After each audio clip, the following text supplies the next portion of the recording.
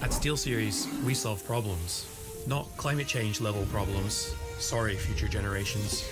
Video game problems. Like when gamers communicated by taping microphones to their faces. Seriously? So we had an idea. Attach mic to headset. The gaming headset was born. Sounds good, right? Well, yeah, but not as good as it could. So we brought high fidelity audio to gaming. We didn't do it for the awards. We did it so you could get immersed in your games, hear bad guys better,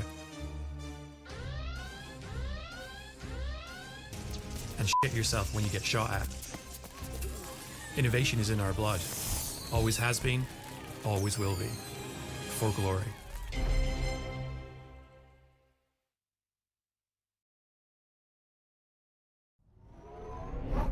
Imagine being a 90s gamer kid and these are your options.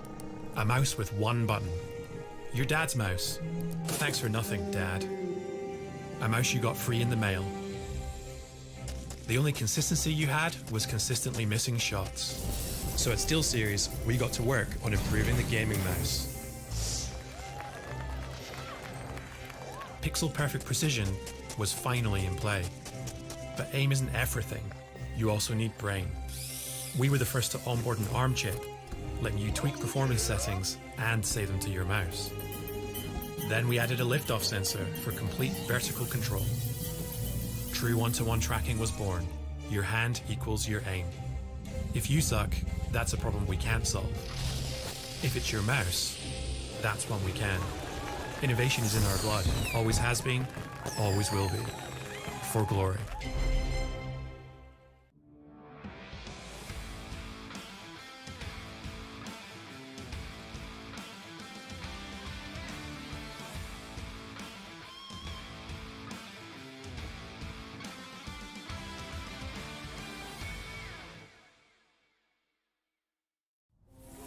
At SteelSeries, we solve problems, not climate change level problems. Sorry, future generations. Video game problems. Like when gamers communicated by taping microphones to their faces. Seriously? So we had an idea. Attach mic to headset. The gaming headset was born. Sounds good, right? Well, yeah, but not as good as it could. So we brought high fidelity audio to gaming. We didn't do it for the awards. We did it so you could get immersed in your games, hear bad guys better, and shit yourself when you get shot at. Innovation is in our blood. Always has been, always will be. For glory.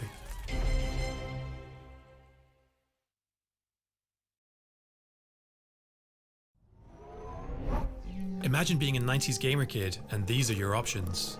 A mouse with one button. Your dad's mouse. Thanks for nothing, Dad. A mouse you got free in the mail. The only consistency you had was consistently missing shots. So at SteelSeries, we got to work on improving the gaming mouse. Pixel perfect precision was finally in play. But aim isn't everything. You also need brain. We were the first to onboard an ARM chip, letting you tweak performance settings and save them to your mouse. Then we added a liftoff sensor for complete vertical control. True one-to-one tracking was born. Your hand equals your aim. If you suck, that's a problem we can't solve. If it's your mouse, that's one we can. Innovation is in our blood. Always has been, always will be. For glory.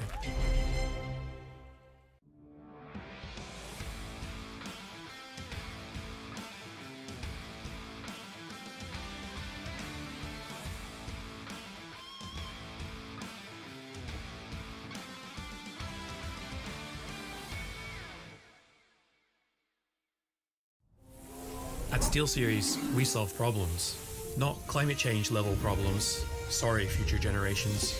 Video game problems. Like when gamers communicated by taping microphones to their faces. Seriously? So we had an idea. Attach mic to headset. The gaming headset was born. Sounds good, right? Well, yeah, but not as good as it could, so we brought high fidelity audio to gaming. We didn't do it for the awards. We did it so you could get immersed in your games, hear bad guys better, and shit yourself when you get shot at. Innovation is in our blood. Always has been, always will be. For glory.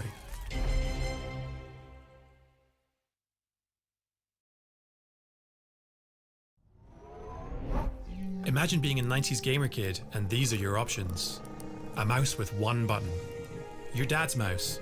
Thanks for nothing, Dad. A mouse you got free in the mail. The only consistency you had was consistently missing shots. So at SteelSeries, we got to work on improving the gaming mouse. Pixel perfect precision was finally in play. But aim isn't everything. You also need brain.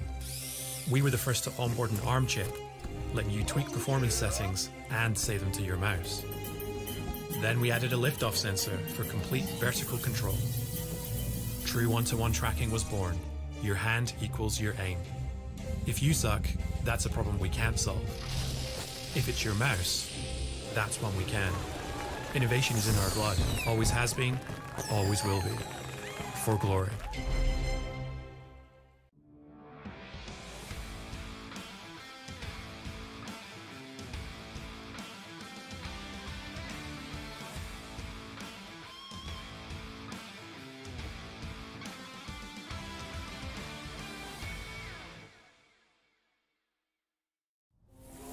At SteelSeries, we solve problems, not climate change level problems, sorry future generations, video game problems. Like when gamers communicated by taping microphones to their faces. Seriously? So we had an idea, attach mic to headset. The gaming headset was born. Sounds good, right? Well, yeah, but not as good as it could, so we brought high fidelity audio to gaming. We didn't do it for the awards. We did it so you could get immersed in your games, hear bad guys better, and shit yourself when you get shot at. Innovation is in our blood. Always has been, always will be. For glory.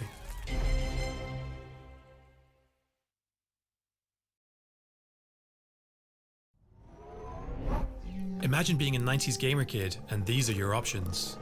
A mouse with one button. Your dad's mouse. Thanks for nothing, Dad. A mouse you got free in the mail. The only consistency you had was consistently missing shots. So at SteelSeries, we got to work on improving the gaming mouse. Pixel perfect precision was finally in play. But aim isn't everything. You also need brain. We were the first to onboard an ARM chip, letting you tweak performance settings and save them to your mouse. Then we added a liftoff sensor for complete vertical control. True one-to-one tracking was born. Your hand equals your aim. If you suck, that's a problem we can't solve. If it's your mouse, that's one we can. Innovation is in our blood. Always has been, always will be. For glory.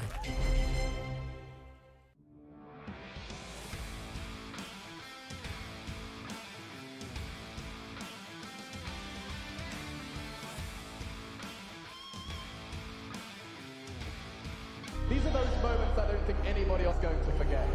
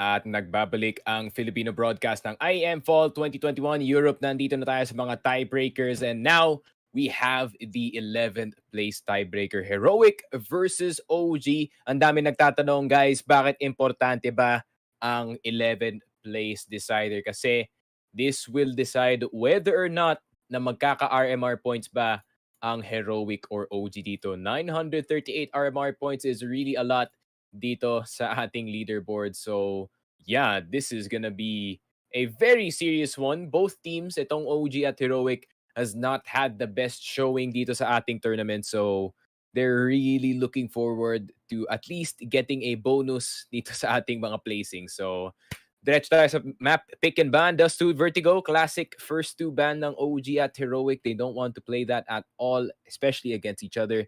But first is gonna be Nuke. Importante to para sa side ng Heroic kasi, Nuke and Danish teams, laging nagbimix yan. It's always an expectation na maglalaro nga sila dun sa mapa na yun. And the second and the third map is gonna be, yun nga, ayun lang, nawala bigla yung I have to see it again. Pero first map though is gonna be Nuke. We're gonna expect some spicy stuff. Second map is Inferno. Third map, Mirage.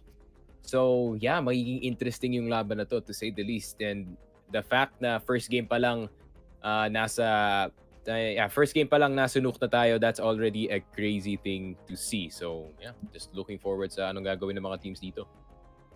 And plus, syempre, habang diniscuss na nga ni Sneaky ang ating mga map vetoes, so huwag niyo kakalimutan to like and share our live stream at baka pwede pa kayo makahabol dito sa bets. Sa mga gusto mag-bet, message lang kayo sa ating page and they will definitely help you. Pero sa mga nandyan guys, nakaka-tune in pa lang, like and share nyo na. At sa mga gustong sumali sa community natin sa Focus Fire for more CSGO updates, check out our pinned comment at sali na kayo sa group. But right now, as what Sticky mentioned, it's very important for these teams dahil nga itong isa sa mga kailangan mong tournament para makapag-ipon going in sa ating majors. But at the same time, syempre, they were the teams na sobrang na-expect ko sana na lalong magpa-pop off. But you have this bad tournament playstyles talaga. But ikaw, Sticky, what are your predictions for these two teams? Ang hirap kasi nasa tail end na tayo ng IEM Fall Europe. So I would expect itong Heroic at OG will either go really, really good para sa kanilang dalawa or really, really bad kasi depende talaga kung pagod na yung Heroic dito or yung OG pagdating nga dito sa mga laruan natin. But first round, OG on CT side, Heroic on T side, outside defense galing dito kay Alexi B. Tamang taps lang. Nothing too drastic pero walang overextensions from both sides. Okay, classic outside play lang galing dito sa Heroic. Not much smoke, surprisingly, kaysa naman dun lang sa garage. And they're just gonna look to cross dito sa B. Looks like at least nakapag-cross na papuntang B yung dalawang miyembro ng Heroic. They can actually start this pretty good for their favor.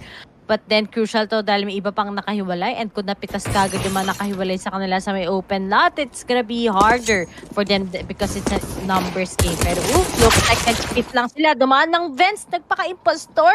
And Nico will be able to take a refresh. And Kadian against Nico, some good trades. But they haven't planted the bomb yet.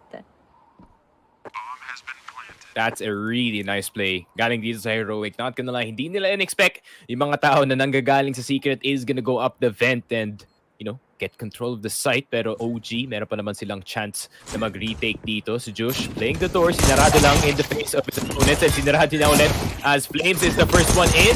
Open the door and close it. Yun lang. Death comes at you out of that one. Pero Tesis na lang natitira with that USP. If he can get the one tap dito kay Mantu, this would be a possibility. But OG, they snatched the round back. Oh, seems like you just really want to play this well. OG still wins that even if merong pabor para sa side ng Heroic. And that's what you're talking about, Sneaky. Kapag hindi na talaga kaya ng Heroic pa, most likely OG will be taking over out of this, guys. But let's give it a break. Malay nyo, usually kasing Heroic, they started so slow. But then, if OG naman nakagain ng malaking momentum, then it's gonna go well for them. And from that part, it seems like they want to prevent yung pagiging aggressive ng Heroic, so they will be throwing out their utilities. And yeah, knowing OG, you do not want to play this team with that momentum. Pero Valde with that nade and the M4A1S in his hand, he's doing so much work. I think kalahati na mga kills na yun, he just accidentally shot. And somehow there is a T right in front of him. Mantu, yun lang. The P250 gonna cause his death. 2 M4s down para dito sa OG. Not the best news, pero at least na-file na ang mga Heroic players dito sa may ramp air, so they know exactly where they are. They just have to figure out kung saan sila papunta. And yeah, I think OG can get this in the bag. I mean, wala namang armor itong si Tesses or si Josh, so a single headshot is probably gonna be the cause of death, and mukhang looking for a save itong Heroic this early. Pwede. So save na lang sila. Nagnakaw lang ng M4 A1s from Mad2 together with Vald, and they will be bailing out of it. Well, nakakatulong din naman yun. Bibigyan mo yung round sa OG, but at least nakapagnakaw ka lang naman ng mga barrel, and you can actually use that. Utilize your economy na lang on the next round. But that's a big risk. But nonetheless, at least di na nila ipipilit pa. Yung mga bagay na hindi mo na kailangan pilitin. At usually naman sa next round din, alam mo naman na hindi rin makakapag-force yung Heroic kasi di rin na na-plant yung bomb. So they were actually pretty smart into doing that. I think the best thing para dito sa Heroic is they're taking away 2 M4s galing sa side ng OG. So they're gonna go into this round 2 rifles less unless mag-force by dito sina Flames at si Nico para sa kanilang teammate, but it's not looking likely. They might just stick dito sa kanilang mga MP9s and go for that run and gun. Pero yun na nga, Valde with a really good ramp play, and itong si Refresh, I think he just walked into the crosshair of your boy Valde. So yeah, good kills galing sa kanya. He defended the ramp really well, but Heroic coming out of that round stronger. Naka-recover sila ng dalawang M4, and they can drop some AKs for their teammates. So their buy is looking way healthier. See how will that healthy goes in, as we are seeing Heroic already pag-force na sila, but we just have armors. But as Matu is gonna be waiting for them, wala namang magpa-cross so far. They have that good setup, pero hindi pa rin sila nagka-cross. They're taking things very slow kasi ayaw mga kayo yung mata-tables turned ngayon ng OG dahil leading na sila by 2. Pero so far, Heroic talaga medyo malaki talagang struggle sa kanila yung nuke. And their performance talaga, this is not what we're expecting out of them. And napaka-importante nito dahil nga kailangan mo makapag-ipon ng points. But as the things just keep on starting, maybe Heroic tries to give a lot of rounds para makapag-aralan nila. And speaking of, Flames get sush, then the Flames will just be traded out by Avon. Paso.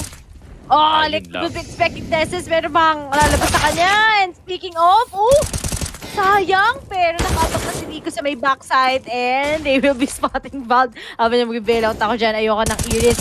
2v3 pa rin naman, pabor na, but Matu behind their backs gets the backstab, and OG still wins this. And that was a very expensive round. Finorce pa rin ng Heroic out of themselves dahil nga nakuha pa rin nila yung M4A1S guns earlier, pero hindi pa rin nag-work para sa kanila.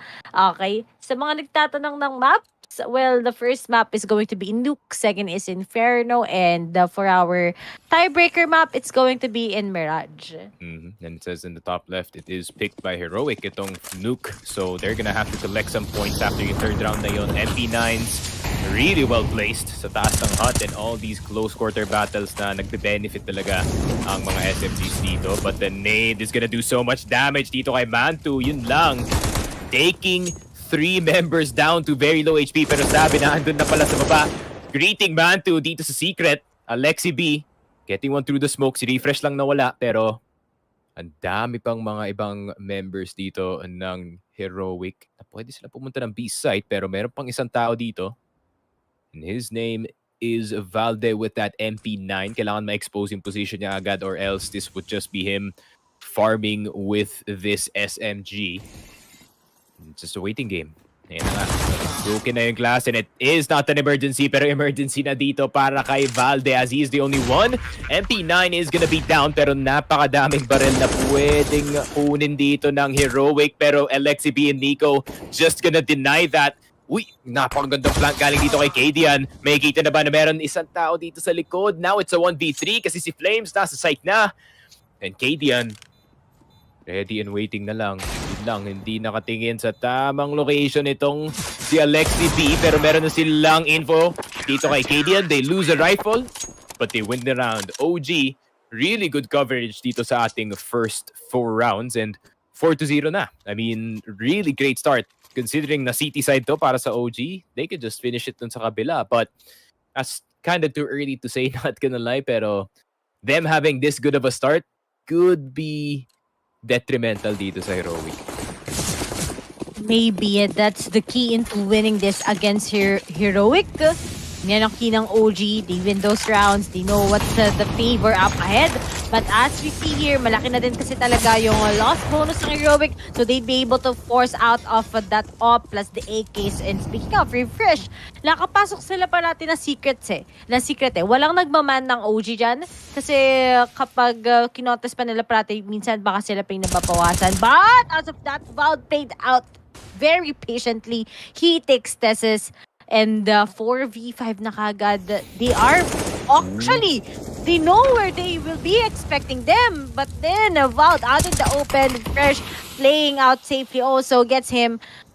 Man's game pa rin, 4v4 pa rin. It's gonna matter how they will be able to take up those entries. Pag di sila naging successful at punish sila ng mga nasa site lang ng OG, it's gonna be harder for them once again and magiging clean of 5-0.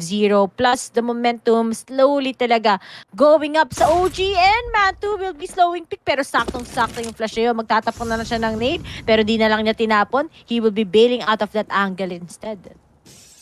And it's so important para dito kay Refresh to stay in that lobby area. I think last information sa kanya that he was playing outside. So I don't think ina-expect dito ng OG na may papasok. But still, they're planting so many people dito sa A site. Itong si Flames, pag nag-push na nga si Refresh dito, he's gonna have to get the timing right. Pero pag hindi ito na timingan ng maayos ng Heroic, this could be really bad. Pero Mandu na andito na, nabawasan na si Josh and he's just gonna back off, opening the door, gets the flick and is gonna close it. Yun lang, na-tag through the door pero Flames getting Refresh dito. 2v3. OG, yun lang, you just have to run and get the bomb planters. Josh somehow getting the headshot. Kadian meron na AWP and now it's Alexi B versus Kadian. Lang. Halatang sinarado mo yung single door, men. I mean, that's not too much covered galing sa sound dito kay Kadian. Pero nag-drop na nga si Alexi B. Bakit ka na... Okay, Kadian with the no-scope. He risked it all. But the risk does not pay off para sa kanya. I still don't know why he did that. Pero, yun na nga. OG, 5-0 start and Heroic. Not too bad yung kanilang economy considering na kanina pa silang max loss bonus since last round. 3.4k, buy an AK, buy an op para sa, para dito kay Kadian. And yeah, mukhang komportable pa rin yung Heroic dito. I mean, they're gonna get more buys dahil lang na natatalo silang ganitong kadalas. Mas lalong hindi nagiging favorable sa OG.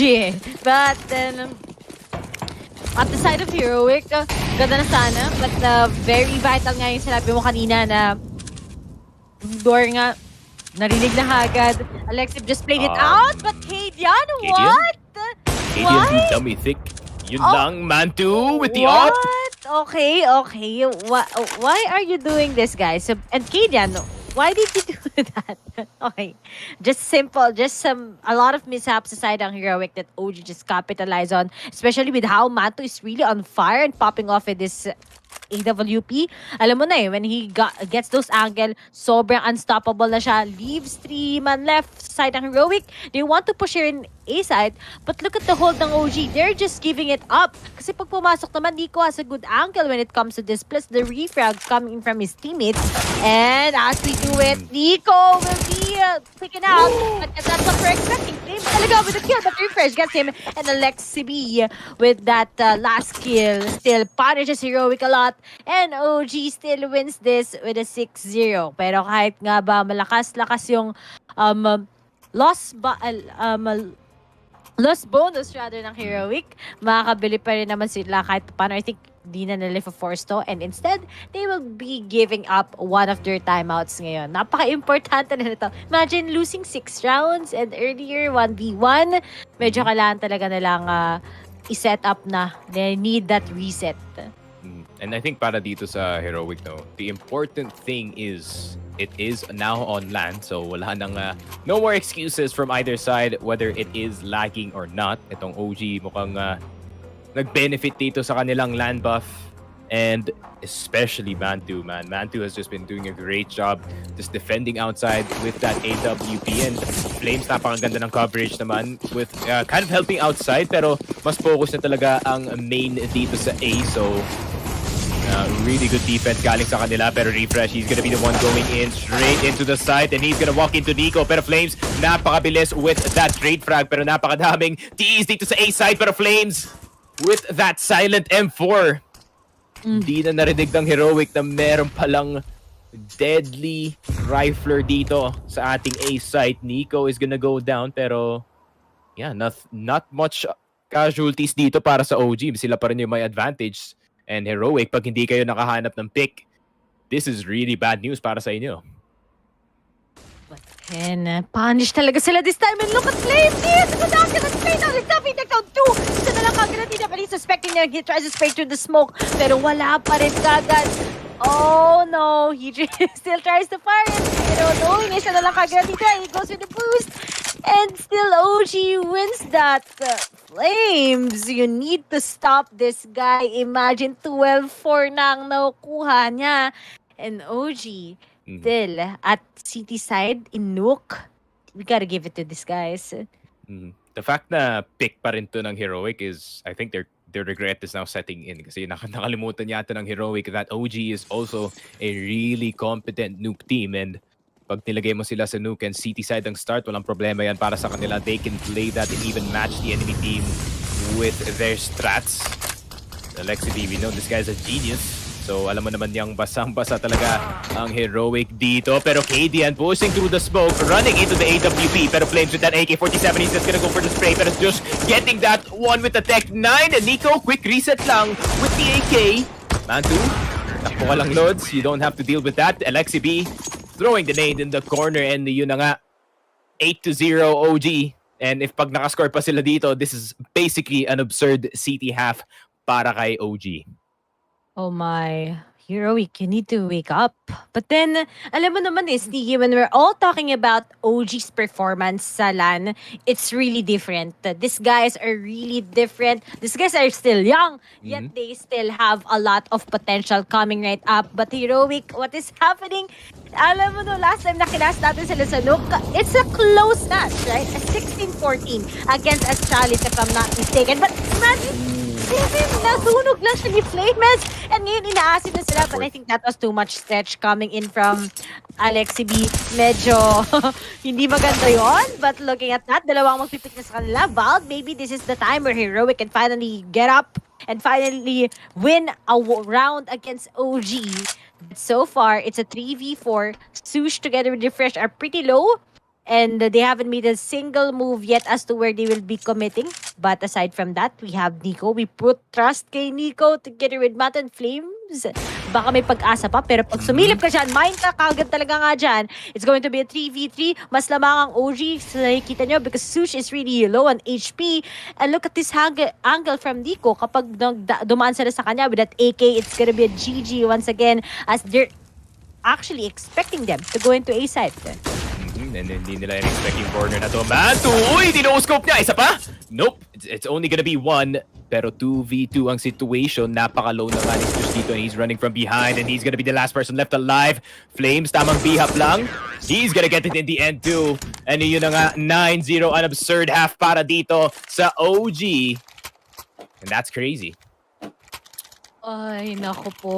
Heroic. Ang bilis lang ng mga pangyayari. 9 rounds. Score streak na ng OG. Yet, ang fast pace ng game. Kaya nila mag-adjust sa iba-ibang strategies ng Heroic. They're able to survive from that. And imagine that was a 4v3 yet they survived it. But still, malaki pa rin yung loss bonus ng Heroic. They can just buy per round, but di pa sila nakakapag-deny because ngayon, ina-assist na sila medyo, pero nga lang with that bomb itself, Tessis, mababawasan siya, but he'll be able to cross going to secret, but then looks like ang OG, they're not extending too much. Instead, they will be capitalizing on acquiring the side. Pero speaking of, nakapasok sila, but Alexi will be getting 7, and this might be a round for Heroic once again dahil mas lamang na sila ngayon sa tao. Yeah, and itong si Nico, if he does not get a pick immediately dito sa my control room area, then anything else, Tesses, naging worth it. Pushing through that secret area down to 15 HP, pero I think OG should just save, you know, take their losses. Why not? I mean, 9-0 start, you guys might as well have a rest dito sa base ng CT, and I think itong si Flames, he does prefer yung mga vents dito sa labas. And Heroic, with that a very aggressive B push, getting them that first round. Pinanage nila na masyadong angat yata dito ang OG sa may ramp area, and with that fast play, they just punish them immediately. Shout out po from Mindanao, shout out to you, Jevsy, and shout out to Scron, the boss of me, the real boss. Shout out to the boss, dude. Ron Fruel.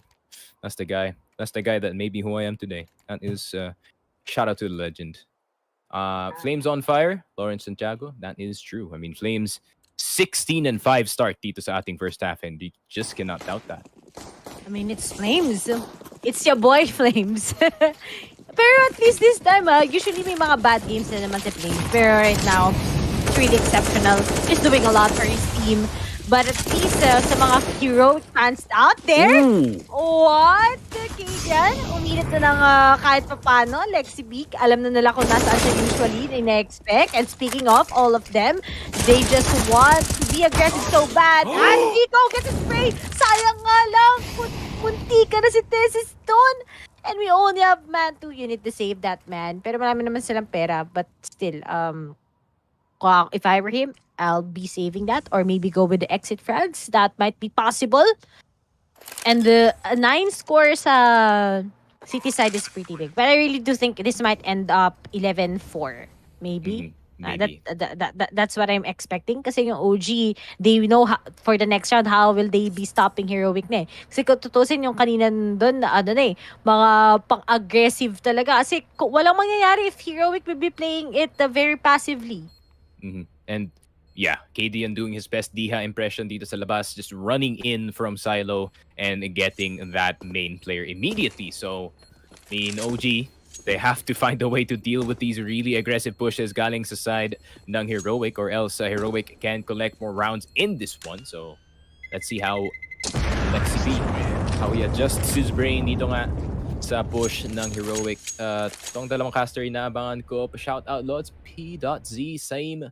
Shout out to you, my friend. And yeah, itong unexpected push galing kay KDN dito sa outside really started things off para dito sa Heroic. And now, if the streak continues, this is really dangerous para sa OG, considering na di naman yung economy nila. It's not the best.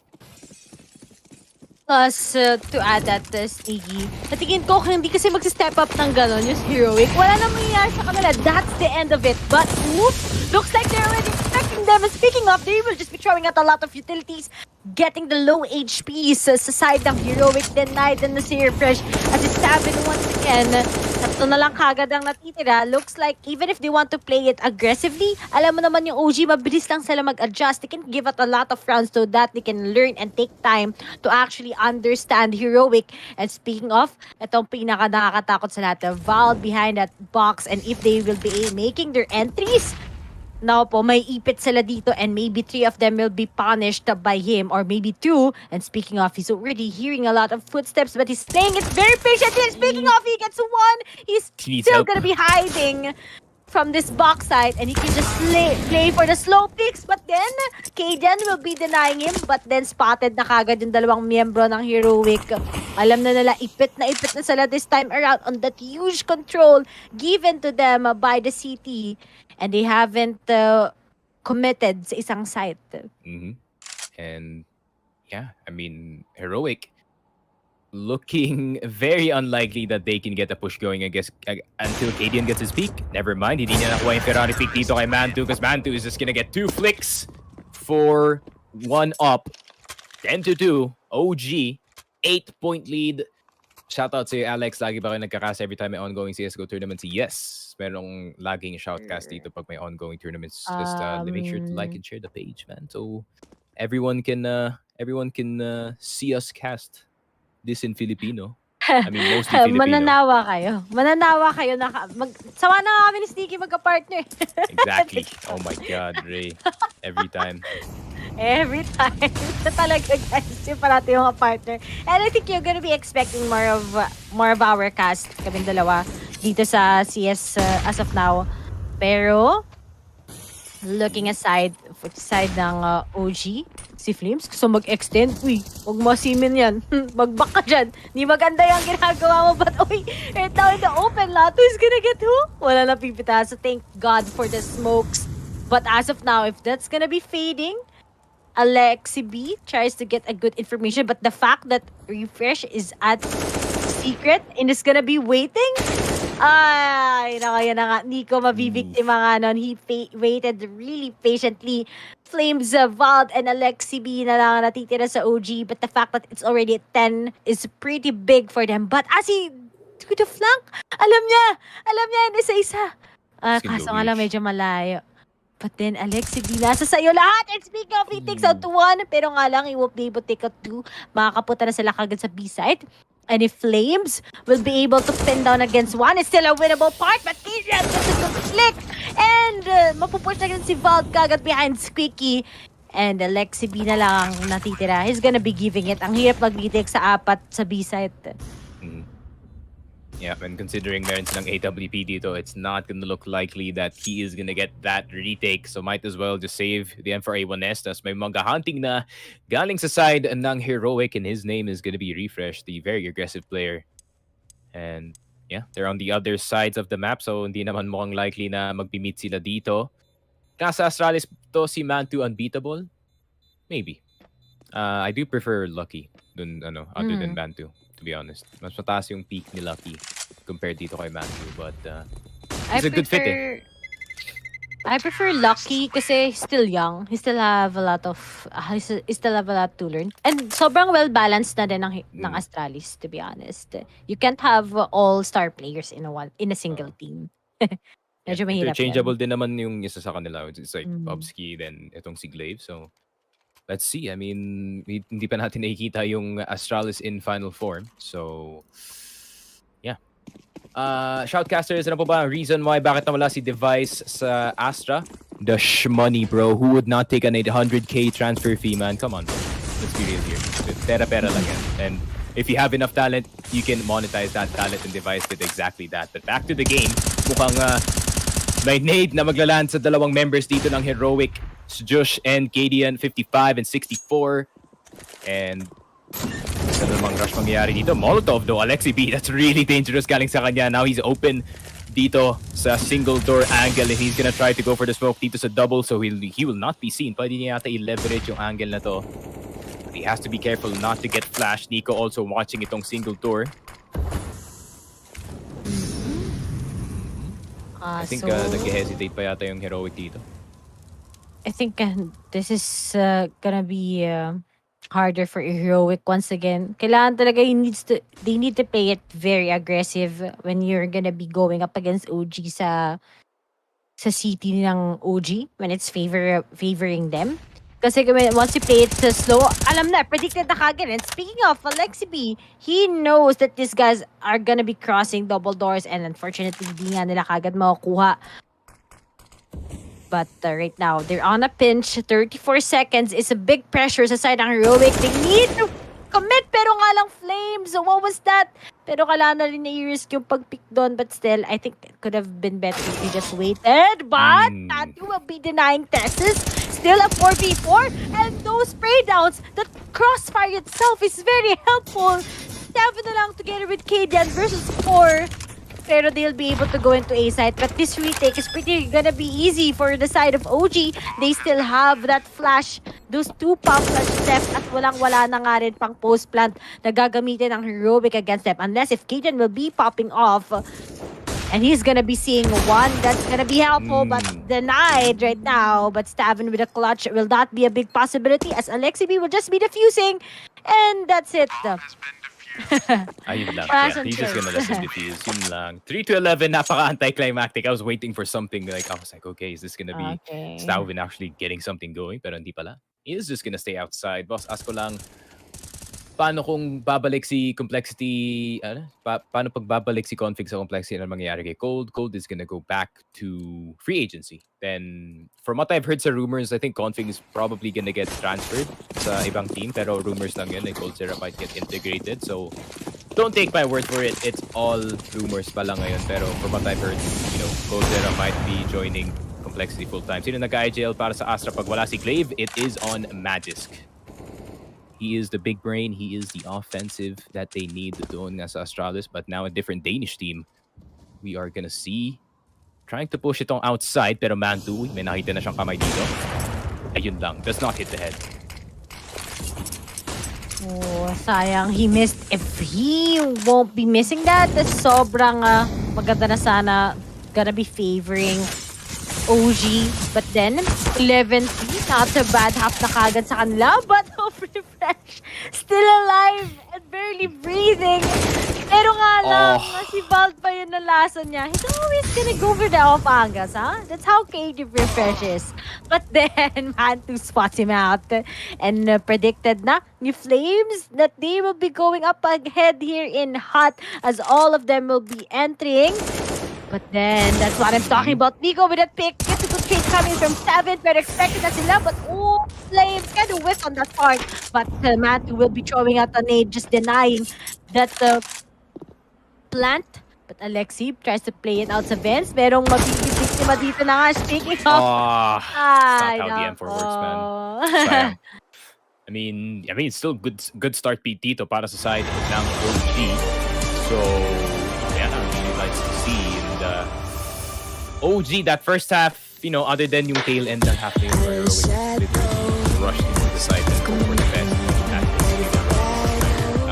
this entire tournament. So, itong OG, really good start dito sa City side. But now, the importance nga ng pistol round doon sa City side is now emphasized. Kasi nga, you really want to get that pistol round dito sa second half. You do not want Heroic to get started dito sa momentum nila. Kasi itong Heroic, pag nagka-momentum na, at least from what I've seen dito sa online, they know how to carry their momentum going into yung next half. And even though 11-4 yung score, it's still a big possibility para dito sa side ng Heroic to get something going. But, para naman dito sa OG, I mean, their T-side dito sa Nuke is not too bad. Not gonna lie, it's not too bad. So, pwede pa nilang i-close out to. But, this might be either a close one or matatapos to agad. It's just two sides of the coin that you have there, Sneaky. Pero nga lang, OG, I've seen them play it hard sa T-side. But then they improved slowly. And now, gaya nga sinabi mo na it's just OG also on T-side. Very interesting nga yung magiging capabilities nila. And I'm also excited to see that, knowing that Heroic, when we last casted them here in Nuke, they're on the City side, they really gave Astralis a hard time. And there's no cap in that. Sobrang ganda ng kanilang City side. But knowing itong si OG, kapag nakuha na sila ng init, and they actually did that on the first half, it's gonna be harder for Heroic this time. And ito nangyayari sa Heroic, ito yung nagiging downfall nila when they don't get good placements.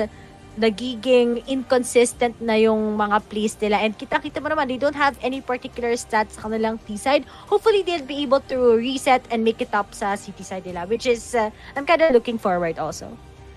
And not gonna lie, the biggest weakness para dito sa OG is yung calling ni Alexi B dito sa T-side. He's not the best T-side caller. Let's be real here, guys. Hindi siya yung pinaka-best na T-side caller. He does prefer to play these rounds passively. So, really expect mo talaga ang OG to take the rounds that we're gonna see pretty slow. So itong second half, it's gonna come to a halt unless may gustong gawin ang ibang players dito ng OG like Nico or itong si Flames. They want to go for the hard entry.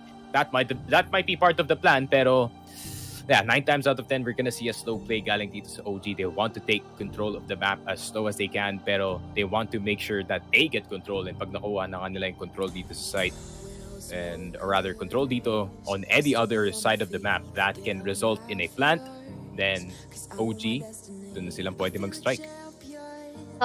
Cadian, if Cadian will be able to pin down at least 1 or 2 from OG with his op, that's gonna be the game changer. Malay nyo, magka-OT pa kasi sobrang dikit ng dalawang teams ito eh. And if you include the next map, which is going to be Inferno, but we'll talk about more of that later. But looking at the stats itself, it's also like Nuke, very close to magiging matchup natin. But if OG will be winning this first map, then I really do think they'll be able to clean this up with a 2-0 in favor of them. But let's see how will the pace goes, because this pistol round is very important as it will decide kung anong kahantungan ng OG or Heroic sa next parts ng ating game. But as they make a move right now, Tessis na nakaabang ngayon na sa may Rams. That is not Hindi good. siya nakapitas dahil all of the 5 members of OG will be stacking and will be rushing up ahead. But at least, even if that was not good, Tessis will be able to pick out 2 at Flames na lang kagad ang natitira. And that was a quick round. Yeah. Sa side ng Heroic. That should be good para dito sa OG, considering that all 5 members nakapasok na nga dito sa site, but Tesses just readjusting his angle dito sa my control room, making sure his crosshair placement is correct, and all he has to do is click with that USP. And yun na nga ang nangyari dito. Unfortunately, OG, naging biktima sila ng napakabilis na rotation galing dito sa Heroic, and even the dualies are now chipping in. That's interesting galing sa kanila. And sino man na dito, wala ba na ba chance for qualification? I think this is really important para sa OG. But before that, Staubin with the 4K just collecting everyone silently with that M4A1 Essence. Josh, medyo corny lang kasi kinuha niya yung ace ng kakampi niya. Pero Heroic, that's one way to up the spirits ng mga teammates niyo. But yeah, just like I said, pag nakadagdag na nga ng points dito ang OG, then they shoot up the rankings dun sa RMR and have a chance to, get that top 8. Considering na they have 430 points now, giving them 900 would be a big boost sa kanilang rankings dun sa RMR. So, fingers crossed, they get into the major. So, but they still have to win this first. They still have to collect that 938 points from 11th place. And this has got to be the most intense 11th place match we've had dito sa from any tournament, to be honest. I do agree talaga na sobrang crucial. I think it's crucial for all of the teams. But then, okay, Tessis, what was that?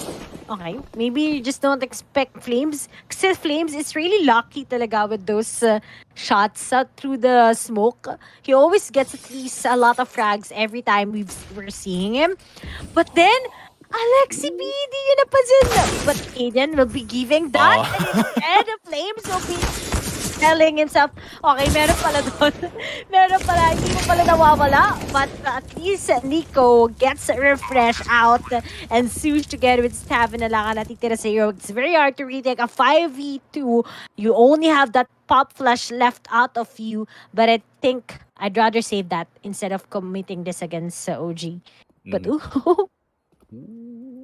very, very close encounters galing dito kay Flames. Pero parang may point ka nga dito, no? Every time that Flames gets into a certain spot, laging tama yung timing na dito. I mean, it's not even Flames. I think other Israeli players like yung, like si Spinks from ENCE, this is like the same case para sa kanya. I think that's just the meta para dito sa side ng both of them actually, both in Israel. So, really interesting to see yung mix ng playstyle dito from the side of Flames and the other homies. Shout out to the homies from Israel, man. You guys produce really good CSGO players, and hopefully mas ma-shine nga ang light doon sa scene you guys, kasi every time I see yung Israeli players play, it's really an insane time. Pero OG collecting that 12th thanks to, you guessed it, etong kay Flames getting that timing right para dito sa OG, and they get the round back, but they still have to deal with a heroic buy na, I'd say it's pretty healthy. They have really great utility dito. Kaso nga lang. How? Okay. No. What? CSGO. Okay, welcome to CS. Welcome to the magic of CS. That happened. We didn't see that coming, but we also didn't coming right up from season 1. That's it. Always look for your angles. At least Valve was able to save the day. So nga lang, Alexi B, kikita nila refresh. 2v3. May pag-asa pa to. May molly si Staven. Sobrang important ito. Kaso nga lang, if Nico will be taking off at this one, oh no, you need to look. Pero nga lang, butis na nakuha niya ng molly. Alam na kung saan nila i-expect. Plus the 2 guys coming in from ramps. This is a good post-plant position that OG has. Pero kailangan na magmadali ngayon ng heroic. Meron silang defuse kit. This is gonna be important. But Vald, playing it safely, ay nako, sobrang hirap. But Douche gets him out. And they still have a lot of time left before that bomb is gonna be exploding. And medyo alanganin din yung angle ni Vald, but at least that's what he can best do just to prevent the heroic from retaking that, and still buhay na buhay pa rin sila. But looking at that, even if dalawa na sila nakatingin kay Kadian, naantok ang OG? I think I expected them to win this, not gonna lie, considering yung nature ng mga rounds na nakuha nila dito sa T-side. But unfortunately, itong si Alexi B, hindi niya nakuha yung A player dito. If he got the A player, they could just shoot right back up galing dito sa vents and just play the A side with their advantage. Pero, sometimes stuff doesn't work out para sa inyo. You entry and you get shot immediately in the face. It'd be like that. Might as well just try it the next round and see if gagana nga ito. But OG looking to get some control dito sa outside. And KD on full blind dito. Really good flash galing kay Flames. And that is a 5v4 advantage already thanks to the utility ng OG. But Stauven and itong si Sjush on the outside, ready and waiting if ever may magko-cross dito galing sa side ng OG. But OG, just like I said, they like to play it really slow and they like to use their smokes, they like to use their utility para makakuha sila ng space dito. Really good flash galing kay Tesses, pero Nico with a 2K already and a 3K. One man, 3 deaths para dito sa side ng Heroic, and Man2 is just gonna seal it off 13-7. And yun na nga, OG off of yung play dito ni Nico. I thought he was gonna be full blind, nasasama siya sa kanyang mga teammates, pero I think he just turned around just in time before the flash even hit. And OG, results from that, they get the win 13-7. And now Heroic, meron pa rin silang bye. Loss bonus not too healthy, so next round is not gonna bode well para sa kanila. 5-7 dito kay Refresh and Adian with his scout. This is so hard sa Heroic. That round, that's sila lumabas. Bakit? Pero okay, they maybe want to risk that all out kasi na walang mangyayari sa OG. Even if they play so passively, Vald and Flames denied by the pist. Okay, fine. A lot of mistakes. Coming in from the aggressiveness sa T-side. Yun lang naman yun eh. That's how you can actually explain it. Sobrang nagulat ako sa dalawang teams na to. Ano ba bang antok ba kayo or gigil ba kayo?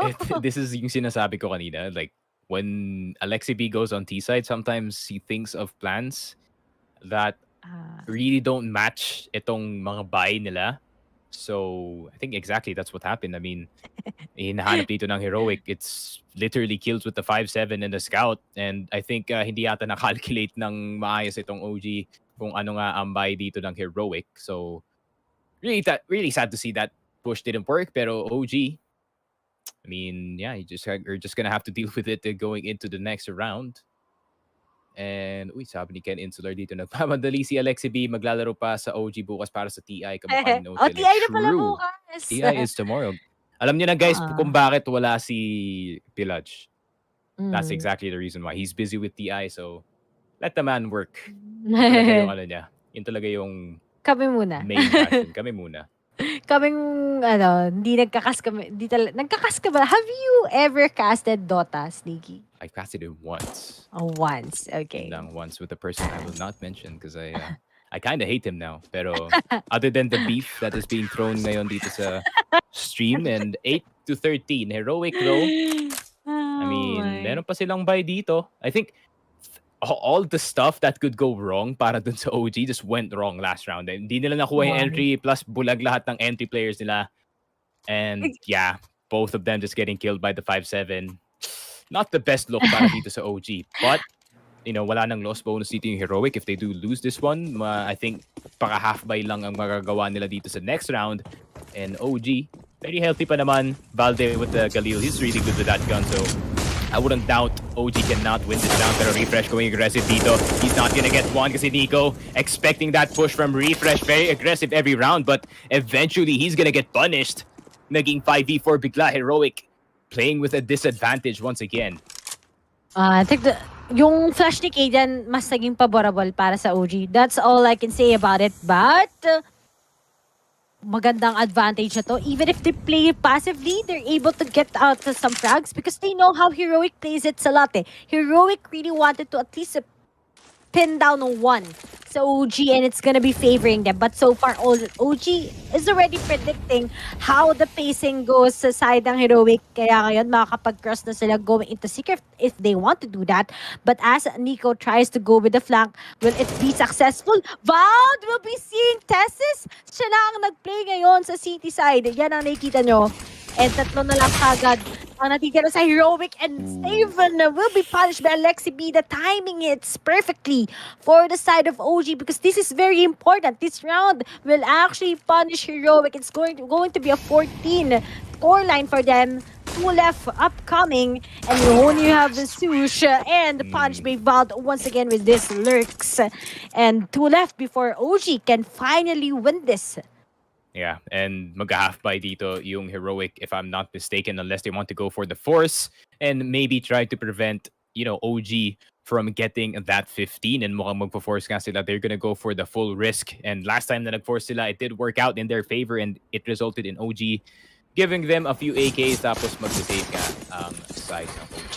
But I think alam na nila kung anong gustong gawin ng Heroic dito. They like to play it risky, so OG, they're just gonna have to stay back. Flashes are gonna come in and DSS. Dito lang sa Filipino. Oh, just gonna get out. Tamang molly lang. As long as OG can get control dito, I think they're A-okay. But puro poke lang niya. Sobrang risk buy na ng Heroic to. They can't give out a lot of rounds sa OG anymore. I mean, if you give that round, tapos di pa ayaw bumili, 15? 8? You scored? Kaya mo mababol ng 7 rounds versus OG? I think sobrang laking decider na to talaga sa OG. But as of now, they haven't made any entrances yet. But it seems like they want to control going from rounds. They were blinded, but Kaden wasn't able to punish at least one. But that's on that little gap of the smoke. He takes 2, and that's very important. He makes the work together with Staven. They made it work. 2 left na lang kagad ang natitira sa OG. Just a quick crossfire, so plus that smoke itself, it was very important. Pero I think mas better sa OG. If you're gonna be saving that, it's harder to still contest it against them. And looks like that's it. They will just be waiting out in the open. Maybe magkwekwentuhan na lang sila. And Heroic will be winning this 14-9 pa nga. Baging paborable pa sa kanila. Walang nangyari. Pwede pang makakuha ng mga baril. And yeah, I think Alexi B is gonna be mad about that. He's gonna be livid kasi a simple mechanical mistake. One person, nagtapon nga kayo ng smokes dito, Heroic, and you got the gap in. But OG, like, they basically just didn't check their corners. I mean, nahandun na si Flames. He had his AK already there. Pero kagaya nga ng sinabi ni Tens, a very bad habit ng mga pro players dito is they have check angles. And yun ang ginawa ni Flames. He looked exactly where Tessis is. Pero wala siyang nakitang kahit ano. Not knowing that he's tucked away in the corner. That's why you don't have check angles, man. Like, you really have to check that all the way. But I think takot din siya from the player coming in from ladder. So a lot of a lot of stuff happening dito sa ramp is resulting in some players getting distracted dito sa OG, but I digress. Mukhang magre-recoup na lang sila dito, going a very aggressive dito sa Secret. This is really weird. Galing sa side ng OG, they're playing it fast. They want to finish this so badly. They want to remove the momentum upcoming sa side ng Heroic. I think that's a good move also, but very crucial. Kasi you can just take a lot of time. But then they want to really close this one. Eager na sila. But then kapag nagmamadali ka minsan, hindi mo na alam kung anong nagiging focus mo. Baka maging random mentality na nga tayo ngayon. So, iwan ang lahat, pati teammates. Pero wala pa. All of them are stacking still. They want to have that smoke fade. But ask Kaden, who gets who? That's very important. All that Modi will be popping in. Medyo magsulat si Kaden as of now. Come on. He gets 3 with a Galil. Oh, no. He still risked that. Kahit na papanish na siya ng Molly, he gets 3 heads. Ay, nako. Sabi ko sa inyo, pag nagmamadali tong OG, nagiging favorable pa sa nakakalaban nila. Remember, this map was picked by Heroic. If you can take a look on the upper left side, this is picked by them, and they still don't want to end it yet. And they're just capitalizing on OG's impatience. That's what we can call it. But this timing, if it's gonna be perfect sa kay Flames together with Alexi B, maybe it's gonna be possible for them. But Creepers on that angle itself. Instead, Alexi B and Flames still makes it work all together. Magiging 2v2 pa nga, but they're pretty low. But still, they have this. They have the bomb coming from Flames. But as Taven will be taken off by Alexi B. Tesis na lang. Will he be able to take this clutch as these two will just be crossfiring him? He has that flash. Okay, alam na nasaan siya. He tries for a fake, pero mamadaliin ba siya? Naku po, tumalon-talon. But sa likod niya, yung magagaling sa heaven. Alexi P, Oh, no! What? Panalo po. Sabi na matakash pa rin ni Tesis to. No way. TV, what are you doing? Ang init pa rin ng laban. Oh my god, that's such a heartbreaker for OG, man. It's so close to that win. Alexi B, all you had to do was tap and that would have been over. Pero ito nga, the first mechanical mistake galing sa OG. Everyone was looking left, pero si Kadian na andun pa rin sa right on that stairs. And what is happening dito sa OG? They're falling apart. Guys, reminder, you have 4 out of 4 timeouts still available, so it's a high mighty time to finally use it unless meron pang plano dito si Alexi B sa kanyang big brain. Maybe Come on. Why are you already there? Pero refresh, getting it down, but na-reveal na rin na merong offer dito sa labas. Kadian, they know he's playing outside, so maybe mag-file na sila dito, but Kadian, knowing exactly that, is gonna rotate dito sa my trophy room. Alexi B is gonna start running, and once again, Tess is from the side, secure dang corners. OG, what is going on? Yun lang. OG, where's the timeout? They need the timeout, man. Snap out of it, OG. Hey, they guys. need Pelage's favorite sports psychologist to come in, because right now I think the mental here para sa OG is really low. I don't know what is happening. They're just falling apart and they're not stopping anytime. Like, hindi pa sila nagta-timeout. This is a really worrying trend para dito sa OG. OG, alam mo, ganito na lang. You told us earlier that if it's gonna be a quick matchup, it's gonna be quick. But then if OG, they will be inconsistent sa second half, alam mo na magiging close. Magiging close the game, yes guys. Close game in favor pa ng Heroic. Don't tell me this is gonna be harder sa OG this time around. That round 23, kapag natalo OG dito, tatandaan yung round 23 na yun na nagpa-break off sa kanila. But Vald expects Haven. Okay, they were able to reset kahit walang timeout na nangyari. Maybe they still want to keep up the momentum up ahead, and then nice by Man2. It's gonna be a 4v2. They're gonna be entering towards B side, but Tess is with that anchor. Will he be able to make it up? And speaking of, it's a bomb drop. It's gonna be harder for OG once again, but this angle, How will they be able to play it out? Makuha pa pala ni Nico and he will be able to pick off Tessis. As Cajun, the save. only guy remaining, magbababay ka na muna. You will be giving that out to the OG guys and humabol na lang ng 4 rounds dahil kaya nyo naman eh.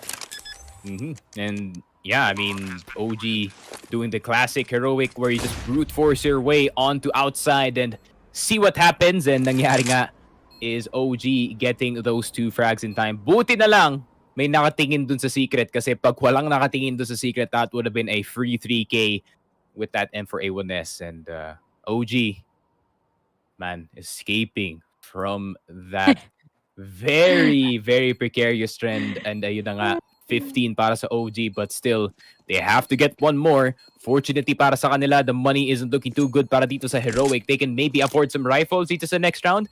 The utility will not be too healthy, pero mas importante talaga na magka-rifle dito ang mga members ng Heroic. And I think KDN can just drop para sa kay Deses, maybe an M4. And yeah, I think everything is okay para dito sa Heroic. M4s, everything. Yep, kompleto sila. Pero OG, you have everything. You have all the resource that you need. You just have to execute. Ayusin niyo OG, ang dami niyang fans dito.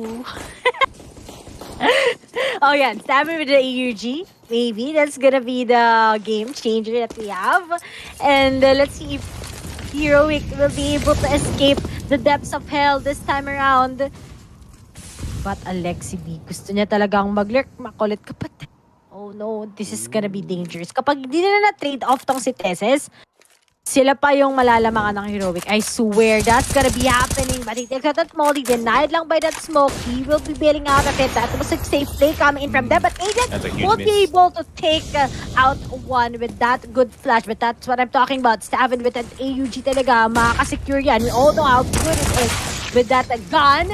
But Alexi B denies Tesis from anchoring so much because he's been doing and denying OG every time they want to commit into a site. At 4 na lang sa 4 pero makakapag hold angle na lang OG. Expecting na sila na mayroong magagaling sa Squeaky and they are just using their utilities to delay a lot of time from Heroic. All they have to do is use nades. Use nades as much as you can. And maybe you can block anything galing dito sa side ng OG. Nico closes the door to the opportunity para dito sa Heroic na makapasok ng site. Nakakuha na ng dalawa. The flick dito kay Kadian. Trying to flick at 2 people at the same time. But 8 HP and the Dream. And looking like the Dream is dead. The door closes para dito sa map 1. And OG. That's not us. Hey. Uy, kami guys. Sabi. Lipat sa amin. Di kami yan. Yun na nga. Masyado siyang hype for my liking. But OG, getting that first map, napaka-hype. I mean, Nuke, very important map, especially between these 2 teams, considering that Heroic picked this map. And now they had a hard time trying to close this one out. And yeah, I mean, that is one of the most important things para dito sa mapa na to, Nuke. It's really hard to get a comeback going, especially in volatility na mapa na to and the nature of how teams really play it. So, yeah, congrats to OG. They got the first map dito sa ating best of 3 and considering the map pick pa to ng Heroic, I think itong OG, they might go into our second map with the comfort zone. And to add to that, Stevie, alam mo, if only Cadian didn't miss a lot of shots with this op sa City, I think that could have been a big comeback from Heroic. He misses a lot of shots, and those are the bigger opportunities for Heroic to get those rounds against OG once again. But I really do think also the fact that malaki ring lead ng OG, they can take a lot of time to adjust on their T side. Kita mo naman na nag-struggle sila. If that was a switch, if OG will be starting sa T side on the first half, we all know that it's gonna be favoring Heroic. But then, alam niyo naman, when OG starts on their CT and they gain a lot of momentum, they will just be taking their time sa T side. It's gonna be a close one. It's a 16-11 scoreline. It's pretty close din naman actually. And OG survived out of Nuke against Heroic.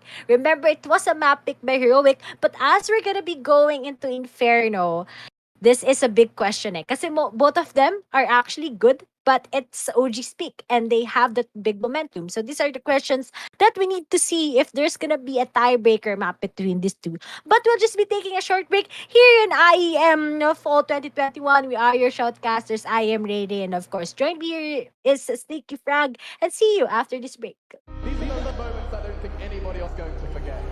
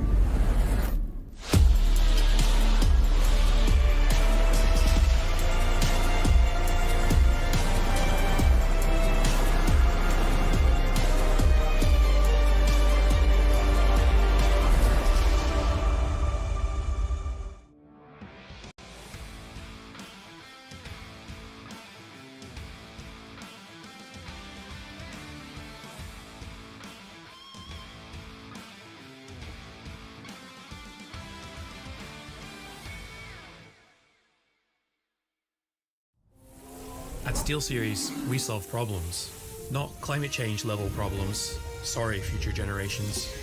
Video game problems.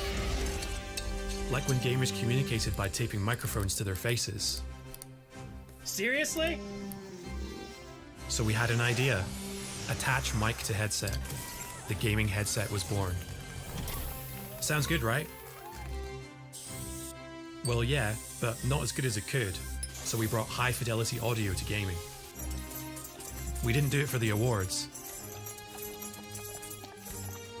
We did it so you could get immersed in your games, hear bad guys better, and shit yourself when you get shot at. Innovation is in our blood. Always has been, always will be. For glory.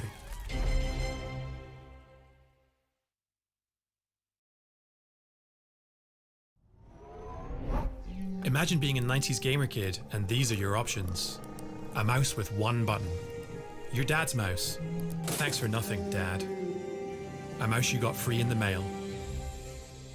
The only consistency you had was consistently missing shots. So at SteelSeries, we got to work on improving the gaming mouse.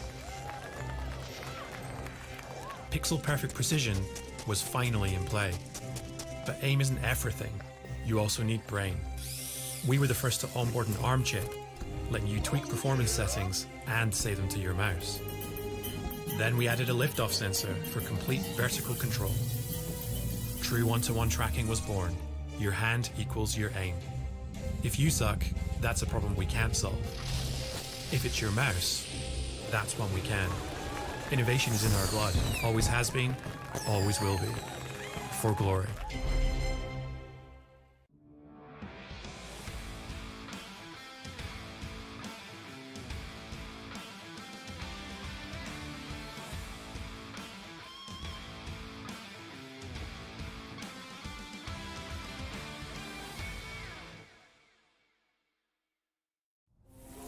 At SteelSeries, we solve problems, not climate change level problems. Sorry, future generations. Video game problems. Like when gamers communicated by taping microphones to their faces. Seriously? So we had an idea. Attach mic to headset.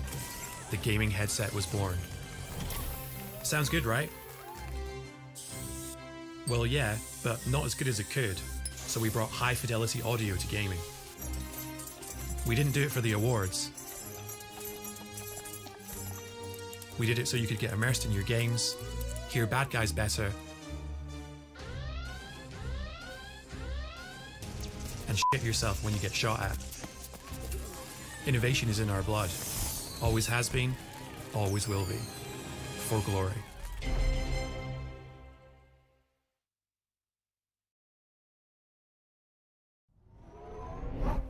Imagine being a 90s gamer kid and these are your options. A mouse with one button. Your dad's mouse. Thanks for nothing, Dad. A mouse you got free in the mail. The only consistency you had was consistently missing shots. So at SteelSeries, we got to work on improving the gaming mouse. Pixel perfect precision was finally in play. But aim isn't everything. You also need brain.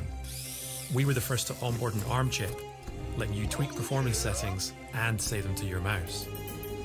Then we added a liftoff sensor for complete vertical control. True one-to-one tracking was born. Your hand equals your aim. If you suck, that's a problem we can't solve. If it's your mouse, that's one we can. Innovation is in our blood. Always has been, always will be. For glory.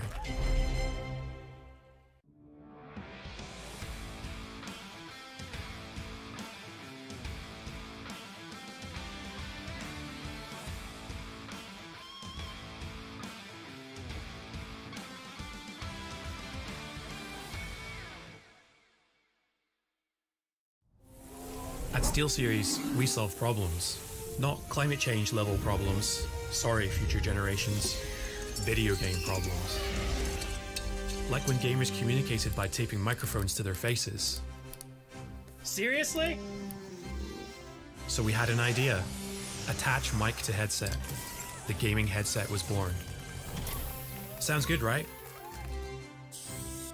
Well, yeah, but not as good as it could. So we brought high fidelity audio to gaming. We didn't do it for the awards. We did it so you could get immersed in your games, hear bad guys better, and shit yourself when you get shot at. Innovation is in our blood. Always has been, always will be. For glory.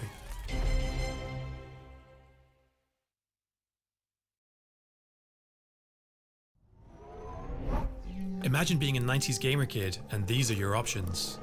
A mouse with one button. Your dad's mouse. Thanks for nothing, Dad. A mouse you got free in the mail.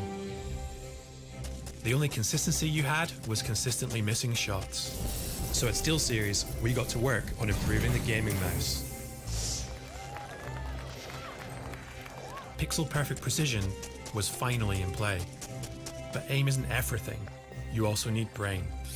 We were the first to onboard an ARM chip, letting you tweak performance settings and save them to your mouse. Then we added a liftoff sensor for complete vertical control. True one-to-one tracking was born. Your hand equals your aim. If you suck, that's a problem we can't solve. If it's your mouse, that's one we can.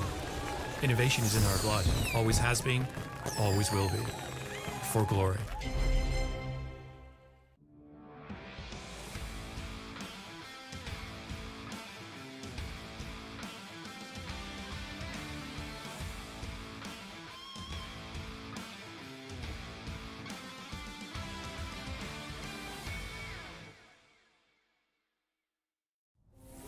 At SteelSeries, we solve problems, not climate change level problems. Sorry, future generations.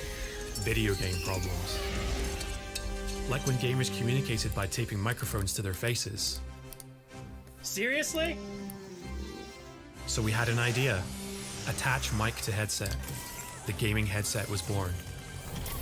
Sounds good, right? Well, yeah, but not as good as it could. So we brought high fidelity audio to gaming. We didn't do it for the awards. We did it so you could get immersed in your games, hear bad guys better, and shit yourself when you get shot at. Innovation is in our blood. Always has been, always will be. For glory.